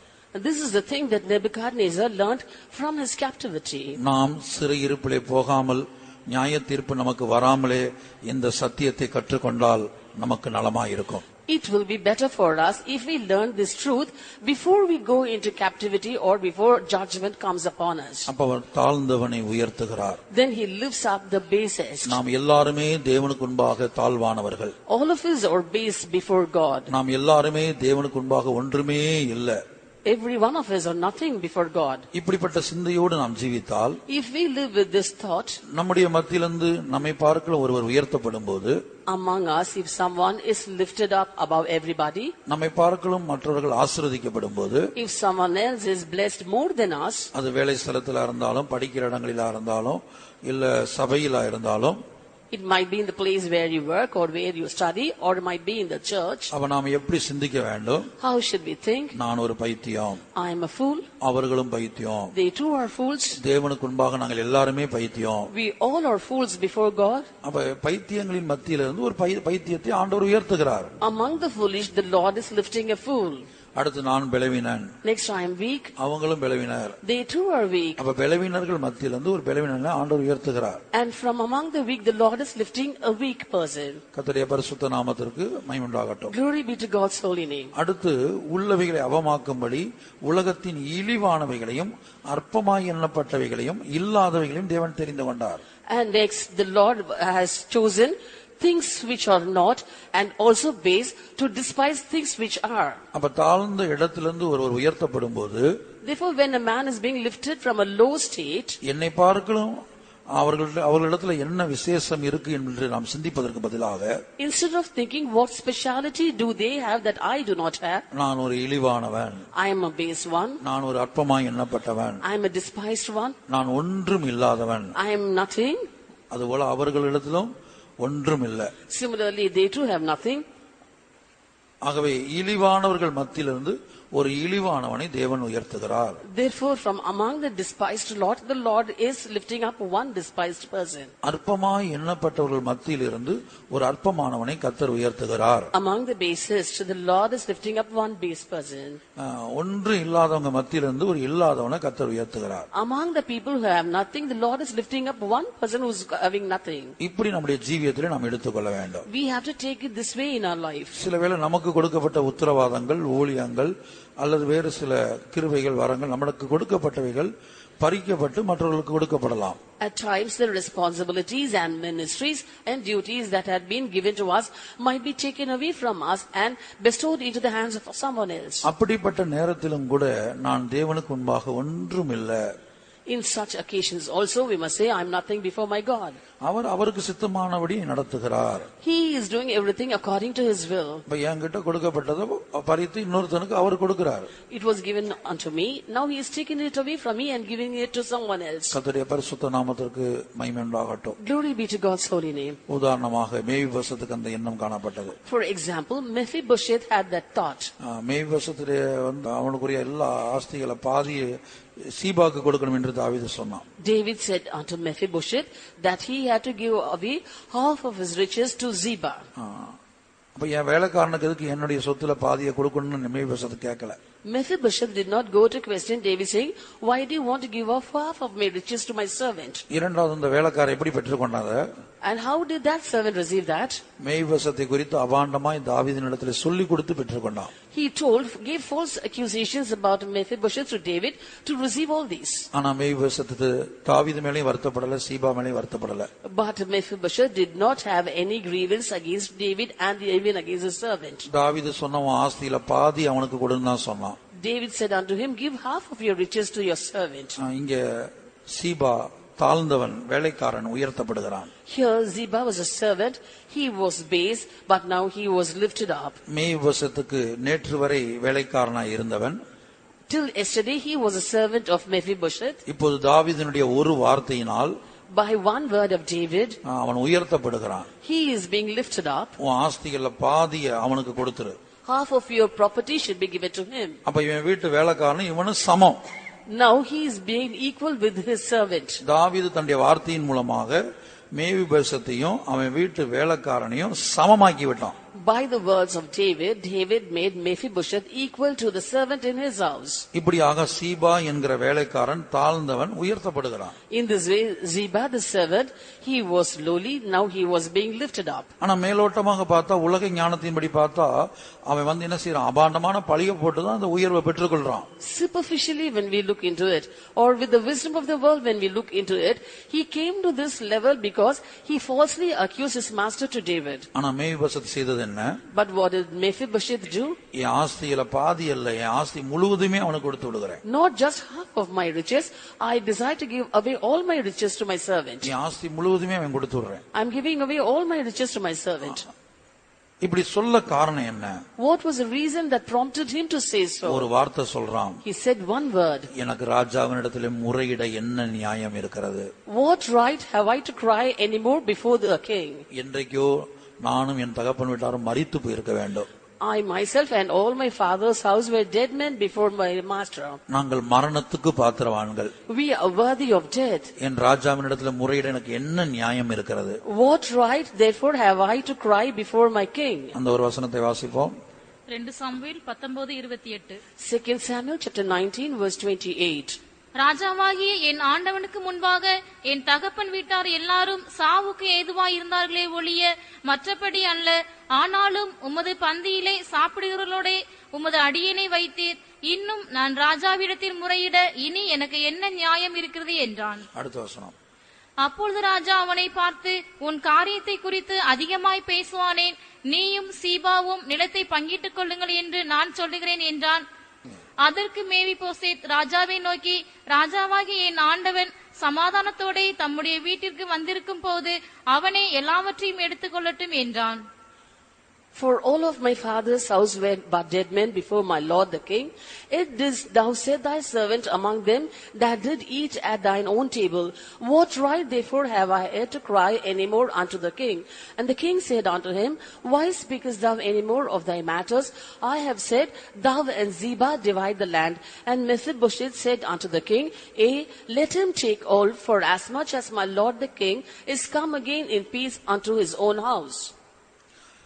அப்ப இங்க நாம் பார்க்கும்போது தவறான விதத்துல தான் இந்த சீபா உயர்த்தப்படுகிறான். We can see here that Ziba was lifted up in a false way. ஒரு விதத்துல தேவன் அதற்கு அனுமதித்ததுனால தான், தேவன் அனுமதிக்க போய் தான் அப்படி உயர்த்தப்படுறான். In a way we can see God approved it and that was why he was lifted up. தேவனுடைய அனுமதி இல்லாம இது நடக்கல. Without the approval of God this did not happen. ஆனா மேவிபோசத்துக்கு சீபா மேலேயும் வருத்தம் அல்ல, தன்னை தவறாய் விளங்கிக் கொண்ட தாவீது மேலேயும் வருத்தம் அல்ல. But Mephibosheth did not have any grievance against Ziba, and also David who misunderstood him. அதற்கு காரணம் என்ன? What was the reason for that? அவனுடைய எண்ணம், நன்றி உள்ள இருதயம். He had a grateful heart. எந்த நிலவரத்திலிருந்து தான் உயர்த்தப்பட்டோம் என்பதை நினைத்துக் கொண்டிருக்கிறான். He was thinking the place from where he was lifted up. தாவீதுக்கு சவுலின் குடும்பத்தார் சத்துருக்களாக காணப்பட்டார்கள். And the family of Saul was enemies to David. தாவீது சவுலின் குடும்பத்தை பழிவாங்கி இருந்தால், And had David taken vengeance upon the family of Saul, என்றைக்கோ இந்த மேய்போசேத் செத்து போயிருக்க வேண்டும். someday Mephibosheth should have died. அதைத்தான் மேய்போசேத் சொல்றான், நாங்க மரணத்துக்கு பாத்திரவான்கள். That's why Mephibosheth said, we are worthy of death. நானும் என் தகப்பன் வீட்டாரும் மரணத்துக்கு பாத்திரவான்கள். I and my father's house were but dead men. நான் என் ராஜாவினிடத்தில் முறையிட எனக்கு என்ன நியாயம் இருக்கிறது? What right therefore have I to cry any more unto the king? அடுத்து உடைய பந்தியில வைத்து எனக்கு போஜனம் கொடுத்தீர் என்று சொல்லுகிறான். Next he said that you made me to sit in thine own table. நம்முடைய வாழ்க்கையிலும் கூட Even in our lives, மற்றவர்கள் தவறான விதத்துல நம்மேல அபாண்டமான பழிகளை சுமத்தி நமக்குரியதை பறித்து கொண்டாலும், even though others slander us and take away that which pertaineth unto us, நமக்கு மேல உயர்த்தப்பட்டாலும், they might be lifted up above us, அவர்கள் மேல நமக்கு வருத்தம் வராம, so that we do not have any grudge against them. தேவனிடத்தில் நம்ம கேள்வி கேட்காம முறுமுறுக்காம இருக்க வேண்டுமானால், If we have to be without questioning God and murmuring against God, இந்த மேய்போசத்தின் இருதயம் நமக்கு தேவையா இருக்கிறது. we need a heart similar to that of Mephibosheth. நாம் ஒவ்வொருவரும் தேவனுக்கு முன்பாக மரணத்துக்கு பாத்திரவான்களாய் இருந்தோம். Every one of us were worthy of death before God. நரகத்துக்குரியவர்களாய் இருந்தோம். We had to go to hell. நரகத்துக்குரியவர்களாய் நாம் இருந்தோம். We were ones who should belong to hell. பாவத்தில் ஜீவித்துக் கொண்டிருந்தோம், மரணத்துக்கு பாத்திரவான்களாய் இருந்தோம். And we were living in sin and worthy of hell. அப்ப இன்றைக்கு நாம் உயிரோடு இருப்பது மாத்திரமல்ல, நரகத்தின் வல்லமைக்கு தப்பினது, பாவங்கள் மன்னிக்கப்பட்டது, எல்லாமே தேவனுடைய சுத்த கிருபை இரக்கம். Today we are alive. Today we have escaped hell and also delivered from sin. All are the mercies of God. நான் மரணத்துக்கு பாத்திரவானாய் இருந்தேன், நான் ஒரு நரகத்துக்குரியவனாய் இருந்தேன், கர்த்தர் என்னை நரகத்தின் வல்லமைக்கு தப்புவித்தார், மரணத்தின் வல்லமைக்கு, அந்த இரண்டாம் மரணத்தின் வல்லமைக்கு என்னை தப்புவித்தார் என்று நாம் எப்போதும் உணர்ந்தால், இந்த கிறிஸ்துவ வாழ்க்கையில என்ன சம்பவித்தாலும், மற்றவர்கள் நமக்கு மேல எப்படி உயர்த்தப்பட்டாலும் ஆசீர்வதிக்கப்பட்டாலும், நமக்கு கசப்பு, வருத்தம், வைராக்கியம், பகை இவை ஒன்றுமே வராது. And we were worthy of death, we were worthy of hell. The Lord delivered us from hell and also delivered us from the second death. And if we have this thought ever in our memory, never will we have any grudge or grievance against the Lord when someone else is being elevated better than us and blessed better than us. நமக்கு பொறாமை மற்றவர்கள் மேல் வராது. We will not have envy over others. நாம் எப்போது நன்றியுள்ள இருதயத்தோடு காணப்படுவோம். Always we would be found with a grateful heart. நான் மரணத்துக்கு பாத்திரன், I am worthy of death. நான் இரண்டாம் மரணமாகிய நித்திய அக்னி கடலுக்கு பாத்திரனாய் இருந்தேன். I was worthy of the second death, that is eternal hellfire. என் இயேசு எனக்காக இரத்தம் சிந்தினார். My Jesus shed his blood for me. என் இயேசு என்னுடைய பாவங்களை தன்மேல் ஏற்றுக்கொண்டு மரித்தார். My Jesus carried my sins upon him and died. நான் தொங்க வேண்டிய சிலுவையிலே என் இயேசு எனக்கு பதிலாக தொங்கினார். And my Jesus sung in the cross instead of me. அப்ப இந்த உலகத்துல காணப்படுகிற பட்டங்கள், பதவிகள், ஸ்தானம், பணம், பொருள், பேர், இதெல்லாம் இருந்தா என்ன, இல்லாவிட்டால் என்ன? Therefore all the things in this world, there is education, qualification, designation, post, status and name, I might have or not, that doesn't matter to me. மரணத்துக்கு பாத்திரனாய் காணப்பட்ட என்னை அந்த மரணத்தின் வல்லமைக்கு தப்புவித்தாரே. I was worthy of death, and but the Lord had delivered me from the power of death. சீபாவை போன்றவர்கள் உயர்த்தப்படட்டும். Let people like Ziba be lifted up. Our தாழ்ந்தவனை உயர்த்தட்டும். Let him lift up those who are base. பொய் சொல்லுகிறவனையும் பொய்யாய் ஜீவிப்பவர்களையும், சீபா பொய் தான் சொன்னான், பொய் சொல்லிதான் அந்த உயர்வை பெற்றுக்கொண்டான். Ziba received this elevation only because he told a lie. அவன் பொய் சொல்லி உயர்த்தப்பட்டாலும் தேவன் அனுமதிக்க போய் தான் அவன் உயர்த்தப்படுகிறான். Though he was lifted up because of his lie, yet it was approved by God. தேவன் நினைத்திருந்தால் அவனுடைய உயர்வை தடுத்திருக்கலாம். Had God thought, God could have obstructed his elevation. தேவன் நினைத்திருந்தால் மேய்போசத்துடைய மேன்மையான ஜீவியத்தை தாவீதுக்கு விளங்க பண்ணியிருக்கலாம். Had God thought, the Lord could have revealed the excellent life of Mephibosheth to David. ஆகவே இந்த மேய்போசத்தை இந்த பாதையில் நடத்தினது கர்த்தரே. Therefore it was the Lord God who led Mephibosheth in this path. மேய்போசத்தே, கர்த்தர் நடத்துகிற இந்த பாதையிலே உனக்கு எப்படி எப்படி சந்தோஷமா இருக்க முடிந்தது? O Mephibosheth, how was it possible for you to walk gladly in the path that the Lord was taking you? எப்படி உனக்கு முறையிடாமல் இருக்க முடிந்தது? How was it possible for you to go without complaining? அப்போது அவன் சொல்லுவான், நான் மரணத்துக்கு பாத்திரன். Then he'll say, I am worthy of death. நான் மரணத்துக்கு பாத்திரன். I am worthy of death. என்றைக்கோ மரித்து போயிருக்க வேண்டும். Someday itself I should have died. அப்படிப்பட்ட எனக்கு ஜீவன் கொடுத்தது இந்த தாவீது. And I was such a person, but this David gave me life. நமக்கு ஜீவன் கொடுத்தது நம்முடைய இயேசு. Jesus gave us life. ஆகவே இந்த கிறிஸ்தவ வாழ்க்கையில யார் உயர்த்தப்பட்டாலும், Therefore in this Christian life, whoever may be exalted, இப்படிப்பட்ட தகுதி இல்லாதவர்கள் உயர்த்தப்பட்டாலும், even though the most unworthy person is being lifted up, சிலவேளை பொய்யர் உயர்த்தப்பட்டாலும், at times liars may be lifted up, பல்வேறு அபாண்டமான பழிகளை நம்மேல் சுமத்தி மற்றவர்கள் நம்மை தாழ்த்தி நமக்கு மேல உயர்ந்து போனாலும், they might level slanderous accusations against us, and so others might humble us, and the ones who level the slanderous accusations might be lifted up above us. ஏன் ஆண்டவரே எனக்கு இந்த காரியம் சம்பவிக்கிறது? Why, Lord, all these things are happening to me? ஏன் கர்த்தாவே என்னை இந்த பாதையில் நடத்துகிறீர்? Why, Lord, are you leading me in this path? என்று நாம் கேட்காமல் இருக்க வேண்டுமானால், If we should not question like this, கர்த்தர் நடத்துகிற பாதையில் அந்த மேய்வசத்தை போல சந்தோஷமாய் ஒப்பு கொடுக்க வேண்டுமானால், if we want to yield ourselves gladly in the path that the Lord is leading us, as Mephibosheth did, நம்முடைய ஞாபகத்தில் ஒரு காரியம் எப்போது இருக்க வேண்டும். one thing should be retained in our memory forever. நான் மரணத்துக்கு பாத்திரன். I am worthy of death. இரண்டாம் மரணமாகிய நித்திய அக்னி கடலுக்கு பாத்திரனாய் இருந்தேன். I was worthy of the second death, which is the eternal hellfire. அப்படிப்பட்ட என்னை அந்த நித்திய அக்னி கடலுக்கு தப்பு வைக்க முடியாத என் இயேசு இந்த பூமியில மனிதனாய் வந்தார். My Jesus came to this earth as a man to deliver me from that second death, that is eternal hellfire. எனக்காக எனக்கு பதிலாக நான் தொங்க வேண்டிய சிலுவையில் என் இயேசு தொங்கினார். My Jesus hung on the cross for me and instead of me. இந்த பூமியில் உள்ள பட்டங்கள், பதவிகள், ஸ்தானங்கள், பேர், பணம், புகழ் இவையெல்லாம் அழிந்து போகக்கூடியது, மாயை, அனித்தியம். All the things, education, qualification, degree, post, money, fame, everything in this world will perish one day, and everything is vanity. ஆகவே அவர் யாரையும் உயர்த்தட்டும். So let him elevate anyone he likes. வேலைக்காரனாகிய Jeroboam உயர்த்தப்படட்டும். Let the servant Jeroboam be lifted up. இல்ல வேலைக்காரனாகிய சீபா உயர்த்தப்படட்டும். Or let Ziba the servant be lifted up. யாரும் உயர்த்தப்படட்டும். Whoever it may be who is being lifted up. எனக்கு அதுல ஒன்றுமே இல்லை. There is nothing for me in that. இந்த கிருபையை, இந்த சுபாவத்தை எனக்கும் இதை வாஞ்சிக்கிற உங்கள் ஒவ்வொருவருக்கும் தேவன் கொடுப்பாராக.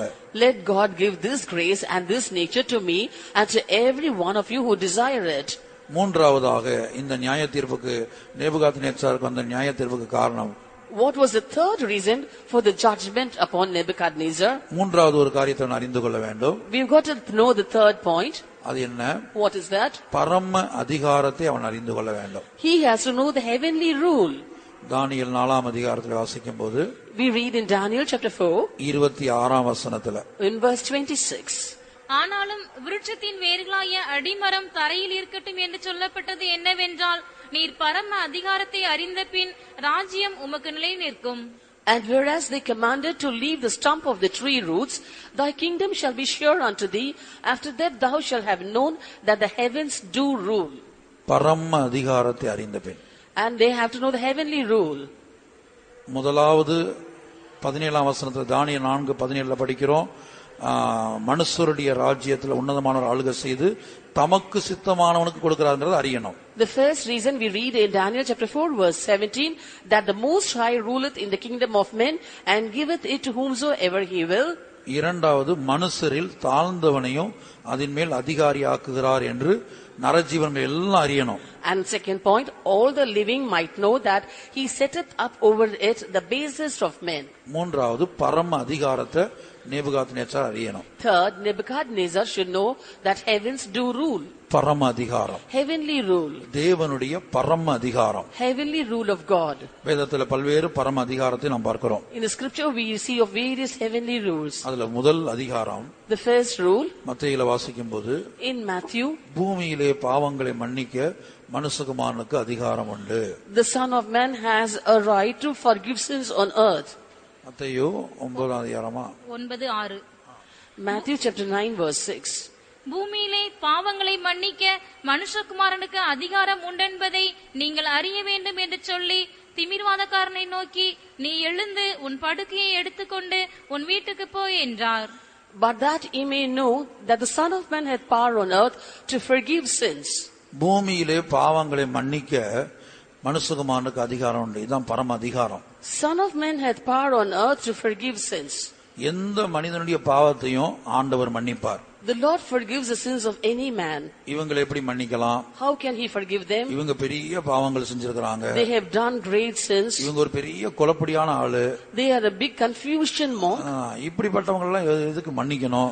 Why should he forgive such? இப்படிப்பட்டவங்க எல்லாம் எதுக்கு சபையில வைக்கணும்? Why should they have such people in the church? இப்படிப்பட்ட எந்த சிந்தையும் நமக்கு வரக்கூடாது. We should not have any such thoughts.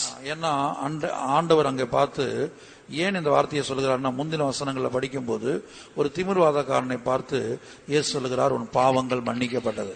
The reason why they said all these things is that in the previous verses we see, looking unto a man sick of palsy, the Lord said, thy sins be forgiven thee. உடனே கூடி இருக்கிறவங்க கேட்கிறாங்க, எப்படி ஒரு பாவங்களை மன்னிக்கலாம்? And the people who had gathered there were thinking, how can he forgive sins? அல்லது இவருக்கு என்ன அதிகாரம் இருக்கிறது? Or what right has he? கர்த்தருடைய பரிசுத்த நாமத்துக்கு உண்டாகட்டும். Glory be to God's holy name. ரெண்டு பிரச்சனை அவங்களுக்கு. They had two problems. எப்படி இவனுடைய பாவத்தை மன்னிக்கலாம்? How can he forgive this man's sins? ரெண்டாவது பிரச்சனை, இவருக்கு எப்படி மன்னிக்க அதிகாரம் இருக்குது? And the second question was, what right has he got to forgive? கர்த்தருடைய பரிசுத்த நாமத்துக்கு உண்டாகட்டும். Glory be to God's holy name. எந்த மனிதனையும் மன்னிக்கக்கூடிய அதிகாரம் தேவனுக்கு இருக்கிறது என்பதை நாம் அறிந்து கொள்வதுதான் பரம அதிகாரத்தை அறிந்து கொள்வது. And knowing heavenly rule is that we knowing that God has power to forgive any sins and any sinner.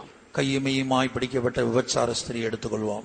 Let us take the woman or an adulterous woman caught in the very act. அவள் கையுமையுமாய் பிடிக்கப்பட்டாள். She was caught in the very act.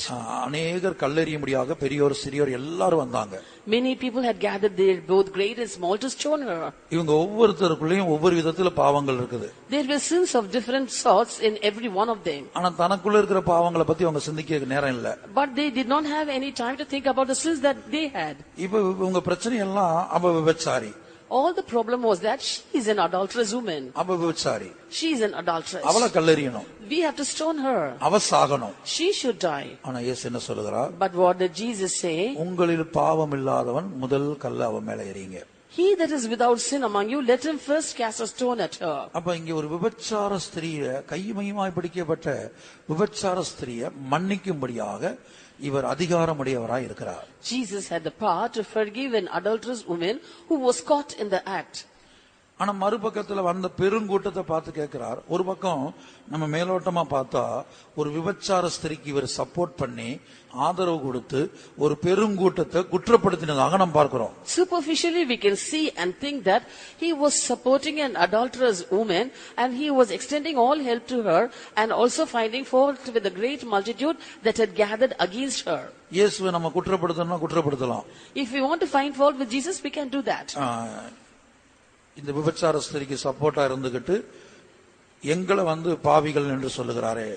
He is supporting this adulterous woman and calling us as sinners. என்று அவங்க குற்றப்படுத்தலாம். And we can accuse him. ஆனால் அவர்கள் ஒருவரும் குற்றப்படுத்தல. They did not open their mouth or accuse him. அந்த வார்த்தை அவர்களை கடிந்து கொண்டது. And those words had rebuked them. அவங்களுடைய மனசாட்சி அவர்களை கடிந்து கொண்டது. And they were being convicted by their own conscience. உங்கள் ஒவ்வொருவருக்குள்ளும் ஒவ்வொரு விதத்துல வெவ்வேறு பாவங்கள் இருக்கிறது. Within every one of you there are sins, but of different sorts.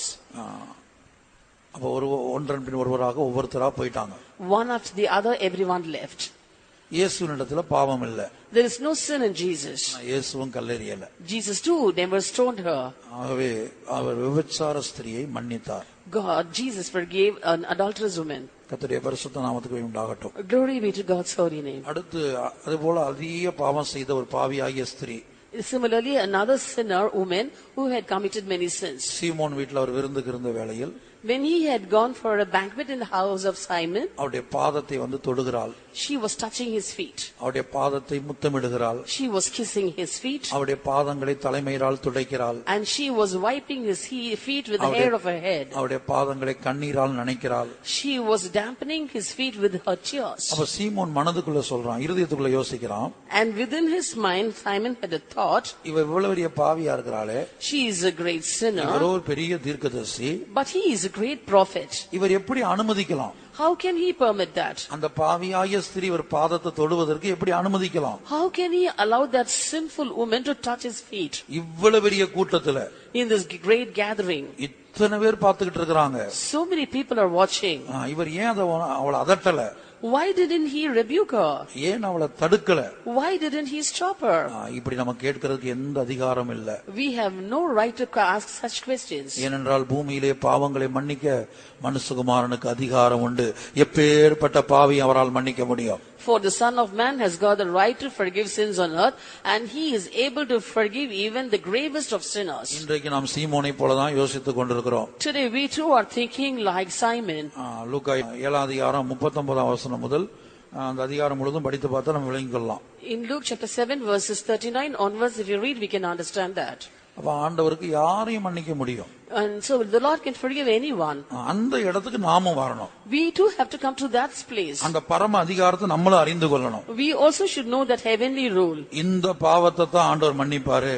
The Lord can forgive only this sin. இந்த பாவியத்தான் மன்னிப்பாரு. And he will forgive only this sinner. இந்த பாவியெல்லாம் அவர் மன்னிக்கவே மாட்டாரு. And these sinners will he never forgive. இந்த பாவத்தெல்லாம் அவர் மன்னிக்கவே மாட்டாரு. And he will not forgive such sins. அப்படிங்கிற முடிவுக்கு நம்ம வரக்கூடாது. We should not come to such a conclusion. பரம அதிகாரத்தை அறிந்து கொண்டவர்கள் அப்படிப்பட்ட முடிவுக்கு வரமாட்டார்கள். Those who have understood heavenly rule will never come to such conclusion. ரோமர் 9:15 வாசிங்க. அவர் மோசேயை நோக்கி, எவன் மேல் இரக்கமாயிருக்க சித்தமாயிருப்பேனோ அவன் மேல் இரக்கமாயிருப்பேன், எவன் மேல் உருக்கமாயிருக்க சித்தமாயிருப்பேனோ அவன் மேல் உருக்கமாயிருப்பேன் என்றார். For he saith to Moses, I will have mercy on whom I will have mercy, and I will have compassion on whom I will have compassion. அப்ப ஆண்டவர் யார் மேலும் இரக்கமா இருக்கலாம், யார் மேலும் உருக்கமா இருக்கலாம். The Lord can have mercy on whomsoever he will, and compassion also on whomsoever he will. நம்ம யாரும் ஆண்டவர் ஒரு வட்டத்துக்குள்ள கொண்டு வரக்கூடாது. We should not bring the Lord into a circle drawn by us. இவங்களை மன்னிக்கலாம், You can forgive him, இவங்க மேல உருக்கமா இருக்கலாம், you can have compassion on him, ஆனா இவங்களை நீ மன்னிக்க கூடாது. but you should not forgive these. இவங்க மேல உருக்கமா இருக்க கூடாது. You should not have compassion on these. அப்படி நாம் எண்ணுவோமானால் பரம அதிகாரம் நமக்கு தெரியலன்னு அர்த்தம். If we think so, we have not understood heavenly rule. அடுத்து 6 புருஷனை உடைய ஒரு ஸ்திரீ. Next, a woman with 6 husbands. அவளுடைய ஆத்துமாவை நேசித்து இயேசு மணிக்கணக்காய் அவளோடு செலவிடுகிறார். Loving her soul, Jesus spent hours together with her. அவருக்கு பல்வேறு சத்தியங்களை போதிக்கிறார். He was teaching her various truths. அப்ப 6 புருஷனுடைய ஸ்திரீனிடத்தில் எப்படி இயேசு பேசலாம்? How can Jesus speak to a woman who has 6 husbands? அது தன்னுடைய சீசர்கள் எல்லாரையும் பட்டணத்துக்கு அனுப்பி விட்டார். And that too he first sent off all his disciples into the city. தனிமையாய் நின்று பேசிக் கொண்டிருக்கிறார். He was standing alone to speak with that woman. அப்ப ஒரு நல்ல குடும்பத்து ஸ்திரீகிட்ட பேசினா பரவாயில்ல, ஒரு பரிசுத்தவாட்டிட்ட பேசினா பரவாயில்ல. No problem if he speaks to a woman with a good family background or with a saint. ஒரு 6 புருஷனுடைய ஸ்திரீயிடத்துல இவருக்கு என்ன பேச்சு வேண்டி கிடக்குது? And what has he to speak with a floozy who has 6 husbands? இப்படி எல்லாம் நாம் சிந்தித்தால், if we think like this, நாம் பரம அதிகாரத்தை அறிந்து கொள்ளவில்லை. we haven't understood heavenly rule. பரம அதிகாரத்தை நாம் அறிந்து கொள்ளாவிட்டால் தேவன் நம்மை மிருகமாய் மாற்றுவார். If we do not understand heavenly rule, the Lord will make us into a beast. நாம் மிருகத்தை போல மாற வேண்டிய சூழ்நிலை உண்டாகும். There will be a situation where we have to become a beast. கர்த்தருடைய பரிசுத்த நாமத்துக்கு மகிமை உண்டாகட்டும். Glory be to God's holy name. ஆகவே பரம அதிகாரத்தை நாம் அறிந்து கொள்ள வேண்டும். So we have to understand heavenly rule. இயேசு யாரையும் மன்னிப்பார். Jesus can forgive anyone. அவர் யார் மேலேயும் உருக்கமாய் இருப்பார். He can have compassion on anyone. அவர் யார் மேலேயும் இரக்கமாய் இருப்பார். He can have mercy on anyone. அவர் யாரையும் உயர்த்துவார். He can lift up anyone. யாருக்கும் வரங்களை கொடுப்பார். He can give gifts to anyone. இதுல ஒன்று நம்ம தலையிடக்கூடாது. We shouldn't interfere in anything. இத குறித்து நாம் பேச போக கூடாது. We should not try to give comments about this. இதை குறித்து நாம் கேள்வி கேட்க போக கூடாது. We should not try to question this. முறுமுறுக்க போக கூடாது. You should not go to murmur. இந்த பரம அதிகாரத்தை நாம் விளங்கிக் கொள்ள வேண்டும். We got to understand this heavenly rule. பரம அதிகாரம் பல அதிகாரம் இருக்கிறது. There are many heavenly rules. அதுல முதல் அதிகாரம் பூமியிலே பாவங்களை மன்னிக்க மனுஷகுமாரனுக்கு அதிகாரம் உண்டு. Out of that, the first rule is the Son of Man has got power to forgive sins on earth. நாம் எல்லாரும் கண்களை மூடுவோம். Let's all close our eyes. நம்முடைய ஜீவியத்தை ஆண்டவருடைய கரத்திலே ஒப்படைப்போம். Let us commit our lives into the hands of the Lord. ஆண்டவரே, இந்த பரம அதிகாரத்தை அறிந்து கொள்ள எனக்கு உதவி செய்யும் ஐயா. Lord, help me to understand the heavenly rule. எந்த சந்தர்ப்பத்திலும் யாரையும் நான் அற்பமா எண்ணக்கூடாது. At no circumstance I should despise anyone. யாரையும் குறைவாய் மதிப்பிடக்கூடாது. I should not lightly esteem நான் anyone. யாரையும் புறம்பே தள்ளக்கூடாது. I should not reject anyone. என்னிடத்தில் வருகிற ஒருவனையும் நான் புறம்பே தள்ளுவதில்லை. And those who come to me, in him I will in no wise cast out. இதுதான் பரம அதிகாரம். This is heavenly rule. என்னிடத்தில் வருகிற ஒருவனையும் நான் புறம்பே தள்ளுவதில்லை. Him that cometh to me, in no wise will I cast out. எந்த மனுஷனையும் கிறிஸ்துவை போல மாற்றக்கூடிய உபதேசம். A doctrine which is able to convert any man like Christ. எந்த மனுஷனையும் தேவனை போல மாற்றக்கூடிய ஒரு ஊழியம். A ministry which is able to change any man like God. அந்த ஊழியத்தையும் அந்த உபதேசத்தையும் கர்த்தர் நமக்குள்ளே ஒப்படைத்திருக்கிறார். The Lord has committed that ministry and that doctrine to us. அந்த வெளிப்படுத்தலை நாம் பெற்றுக்கொள்வோம். Let us receive that revelation. ஆகவே நேபுகாத்நேச்சாருடைய ஜீவியத்திலே அவன் மிருகமாய் மாற்றப்பட காரணம் என்ன? Therefore, what is the reason for Nebuchadnezzar to become a beast in his life? 7 காலங்கள் அவன் மேல் நியாய தீர்ப்பு வர காரணம் என்ன? What was the reason for the judgment to last on him for 7 seasons? 3 முக்கியமான காரணங்கள். 3 important reasons. அவை இல்லாமல் தேவ ஜனங்களுக்கு விரோதமா அவன் கிரியை செய்த காரியம். And not only that, also he did work against the people of God. இவனுடைய எண்ணங்களை எல்லாம் தூதர்கள் போய் தேவ சமூகத்திலே சொன்னார்கள். Whatever he thought was given in God's presence by the angels. ஆண்டவரே, உமக்கு சித்தமானவனுக்கு ஆளுகையை கொடுப்பதை நேபுகாத்நேச்சார் விரும்பவில்லை. Lord, Nebuchadnezzar did not desire giving the rule to whomsoever thou will. நீர் தாழ்ந்தவனை அதிகாரியாய் உயர்த்துவது இந்த நேபுகாத்நேச்சாருக்கு விருப்பம் இல்ல. This Nebuchadnezzar does not like you lifting up the basest of men to be rulers. சில காரியங்களை அவன் கிரியையில செய்தான். Certain things he showed in his deeds. சில காரியங்கள் அவனுடைய மனதிலே இருதயத்திலே தோன்றினது. Certain things appeared in his mind and in his thought. ஆனா அவனை தூதர்கள் அதையெல்லாம் தேவ சமூகத்திலே போய் அறிவித்தார்கள். But the angels declared everything in God's presence. அவன் பரம அதிகாரத்தை பத்தி அவனுக்கு ஒன்றும் தெரியவில்லை. He never knew anything about heavenly rule. அவனுடைய அதிகாரத்தை பத்தி அவனுக்கு தெரியுது. He knew about his rule. ஆனா பரம அதிகாரத்தை பற்றிய அறிவு அவனுக்கு இல்ல. But he did not have an understanding or knowledge about heavenly rule. கர்த்தருடைய பரிசுத்த நாமத்துக்கு மகிமை உண்டாகட்டும். Glory be to God's holy name. காவலாளரின் தீர்ப்பினாலும் பரிசுத்தவான்களுடைய மொழியினாலும் இந்த விசாரணை ஏற்படுத்தப்பட்டது. This matter is by the decree of the watchers and the demand by the word of the holy ones. கடைசியாக நேபுகாத்நேச்சார் மிருகத்தை போல மாறினான். Finally, Nebuchadnezzar became a beast. தன்னுடைய தவறை ஒரு குறிக்கப்பட்ட காலத்துக்கு பிற்பாடு அவனுடைய புத்தி அவனுக்கு திரும்ப வந்தது. After a particular period of time, when his mind came to himself, அந்த புத்தி அவனுக்கு திரும்ப வந்தபோது, when his mind came to himself, தேவனுடைய கர்த்தத்துவத்தை குறித்து விளங்கிக் கொண்டான். he knew about the Lord. தானியேலை வாசிங்க. தானியேல் அந்த கடைசியாக நேபுகாத்நேச்சார் சொன்ன வசனத்தை மட்டும் வாசிப்போம். 5ஆம் அதிகாரத்துல Chapter 4 verse 34. At the end of the days, I, Nebuchadnezzar, lifted up mine eyes unto heaven, and mine understanding returned unto me, and I blessed the Most High, and I praised and honored him that liveth forever, whose dominion is an everlasting dominion, and his kingdom is from generation to generation. 37 வரைக்கும். And all the inhabitants of the earth are reputed as nothing, and he doeth according to his will in the army of heaven and among the inhabitants of the earth, and none can stay his hand or say unto him, What doest thou?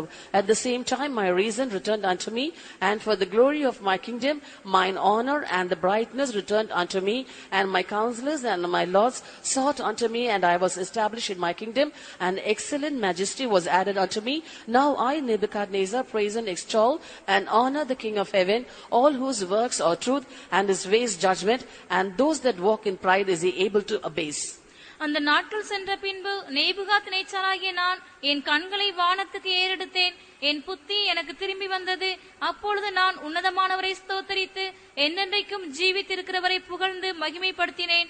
அவருடைய கர்த்தத்துவமே நித்திய கர்த்தத்துவம், அவருடைய ராஜ்யமே தலைமுறை தலைமுறையாக நிற்கும். பூமியின் குடிகள் எல்லாம் ஒன்றுமில்லை என்று எண்ணப்படுகிறார்கள். அவர் தமது சித்தத்தின்படியே வானத்தின் சேனையையும் பூமியின் குடிகளையும் நடத்துகிறார்.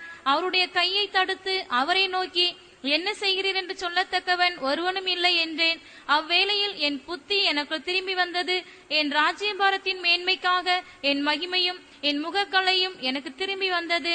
என் மந்திரிமாரும் என் பிரபுக்களும் என்னை தேடி வந்தார்கள். என் ராஜ்யத்திலே நான் ஸ்திரப்படுத்தப்பட்டேன். அதிக மகத்துவமும் எனக்கு கிடைத்தது. ஆகையால் நேபுகாத் நேச்சராகிய நான் பரலோகத்தின் ராஜாவை புகழ்ந்து உயர்த்தி மகிமைப்படுத்துகிறேன். அவருடைய கிரியைகள் எல்லாம் சத்தியமும் அவருடைய வழிகள் நியாயமுமானவைகள்.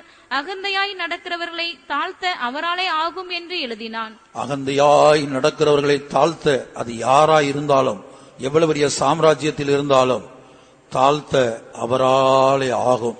Whoever he may be and whatever great an empire he might be having, those that are walk in pride, he is able to abase. இந்த வார்த்தைகளை கேட்கிற நம் ஒவ்வொரு இடத்திலும் தேவன் எதிர்பார்ப்பது, what is the thing that the Lord expects from every one of us who are listening to these words? நேபுகாத் நேச்சாரை போல ஒரு நியாய தீர்ப்பு நம்மேல் வந்து மிருகத்தை போல கர்த்தர் நம்மை மாற்றி இப்படிப்பட்டதான சத்தியத்தை, இப்படிப்பட்டதான வெளிப்படுத்தலை நாம் பெற்றுக்கொள்ள வேண்டாம். We should not receive a judgment similar to that of Nebuchadnezzar. We should not become a beast to know of all these truths and all these things in our life. நேபுகாத் நேச்சாருடைய சரித்திரத்தை படிக்கிற நாம் ஒவ்வொருவருக்கும் இது பாடமாய் மாறட்டும். Let this be a lesson to every one of us who are studying the history of Nebuchadnezzar. அவனுடைய ஜீவியம் நமக்கு ஒரு பாடமாய் மாறட்டும். Let his life become a lesson to us. அப்படிப்பட்ட சுபாவங்கள் நமக்கு வராத வண்ணம் கர்த்தர் இந்த வார்த்தைகளை கேட்கிற ஒவ்வொருவரையும் என்னையும் பாதுகாக்க வேண்டும். Let the Lord preserve every one of us who are listening to these words and me, so that such things do not come in our lives. தமக்கு சித்தமானவனுக்கு அவர் ஆளுகையை கொடுக்கட்டும். Let him give rule to whomsoever he will. தமக்கு சித்தமானவனுக்கு அவர் ஆளுகையை கொடுக்கட்டும். Let him give the rule to whomsoever he will. நான் அதை குறித்து சிந்திப்பதோ பேசுவதோ இல்லை. I will not think or speak about it. அப்படி பேசாதபடிக்கு கர்த்தாவே நீர் என்னை காத்துக்கொள்ளும்.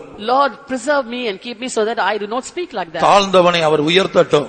Let him lift up the basis. தாழ்ந்தவனை our அதிகாரியாய் மாற்றட்டும்.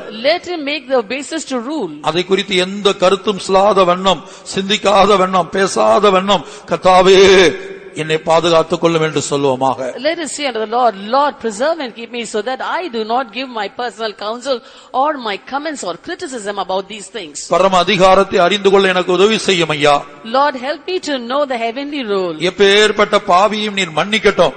Lord, you can forgive any sinner. எப்பேற்பட்ட பாவியை நீ ஆசீர்வதிக்கட்டும். Lord, you can bless any sinner. எப்பேற்பட்ட பாவியை நீ ஏற்றுக்கொள்ளட்டும். Lord, you can accept any sinner. அதை குறித்து சிந்திக்கவோ, கருத்து சொல்லவோ, குறை சொல்லவோ, குற்றப்படுத்தவோ போகாத அளவுக்கு என்னை பாதுகாக்க வேண்டுமே ஆண்டவரே என்று சொல்வோம். Let's say, Lord, you have to preserve and keep me so that I do not give comments or criticize or say my own personal opinion about any of these. கர்த்தர் நம்ம ஒவ்வொருவரையும் பாதுகாப்பாராக. Let the Lord keep every one of us. கர்த்தருடைய பரிசுத்த நாமத்திற்கு மகிமை உண்டாகட்டும். Glory be to God's holy name.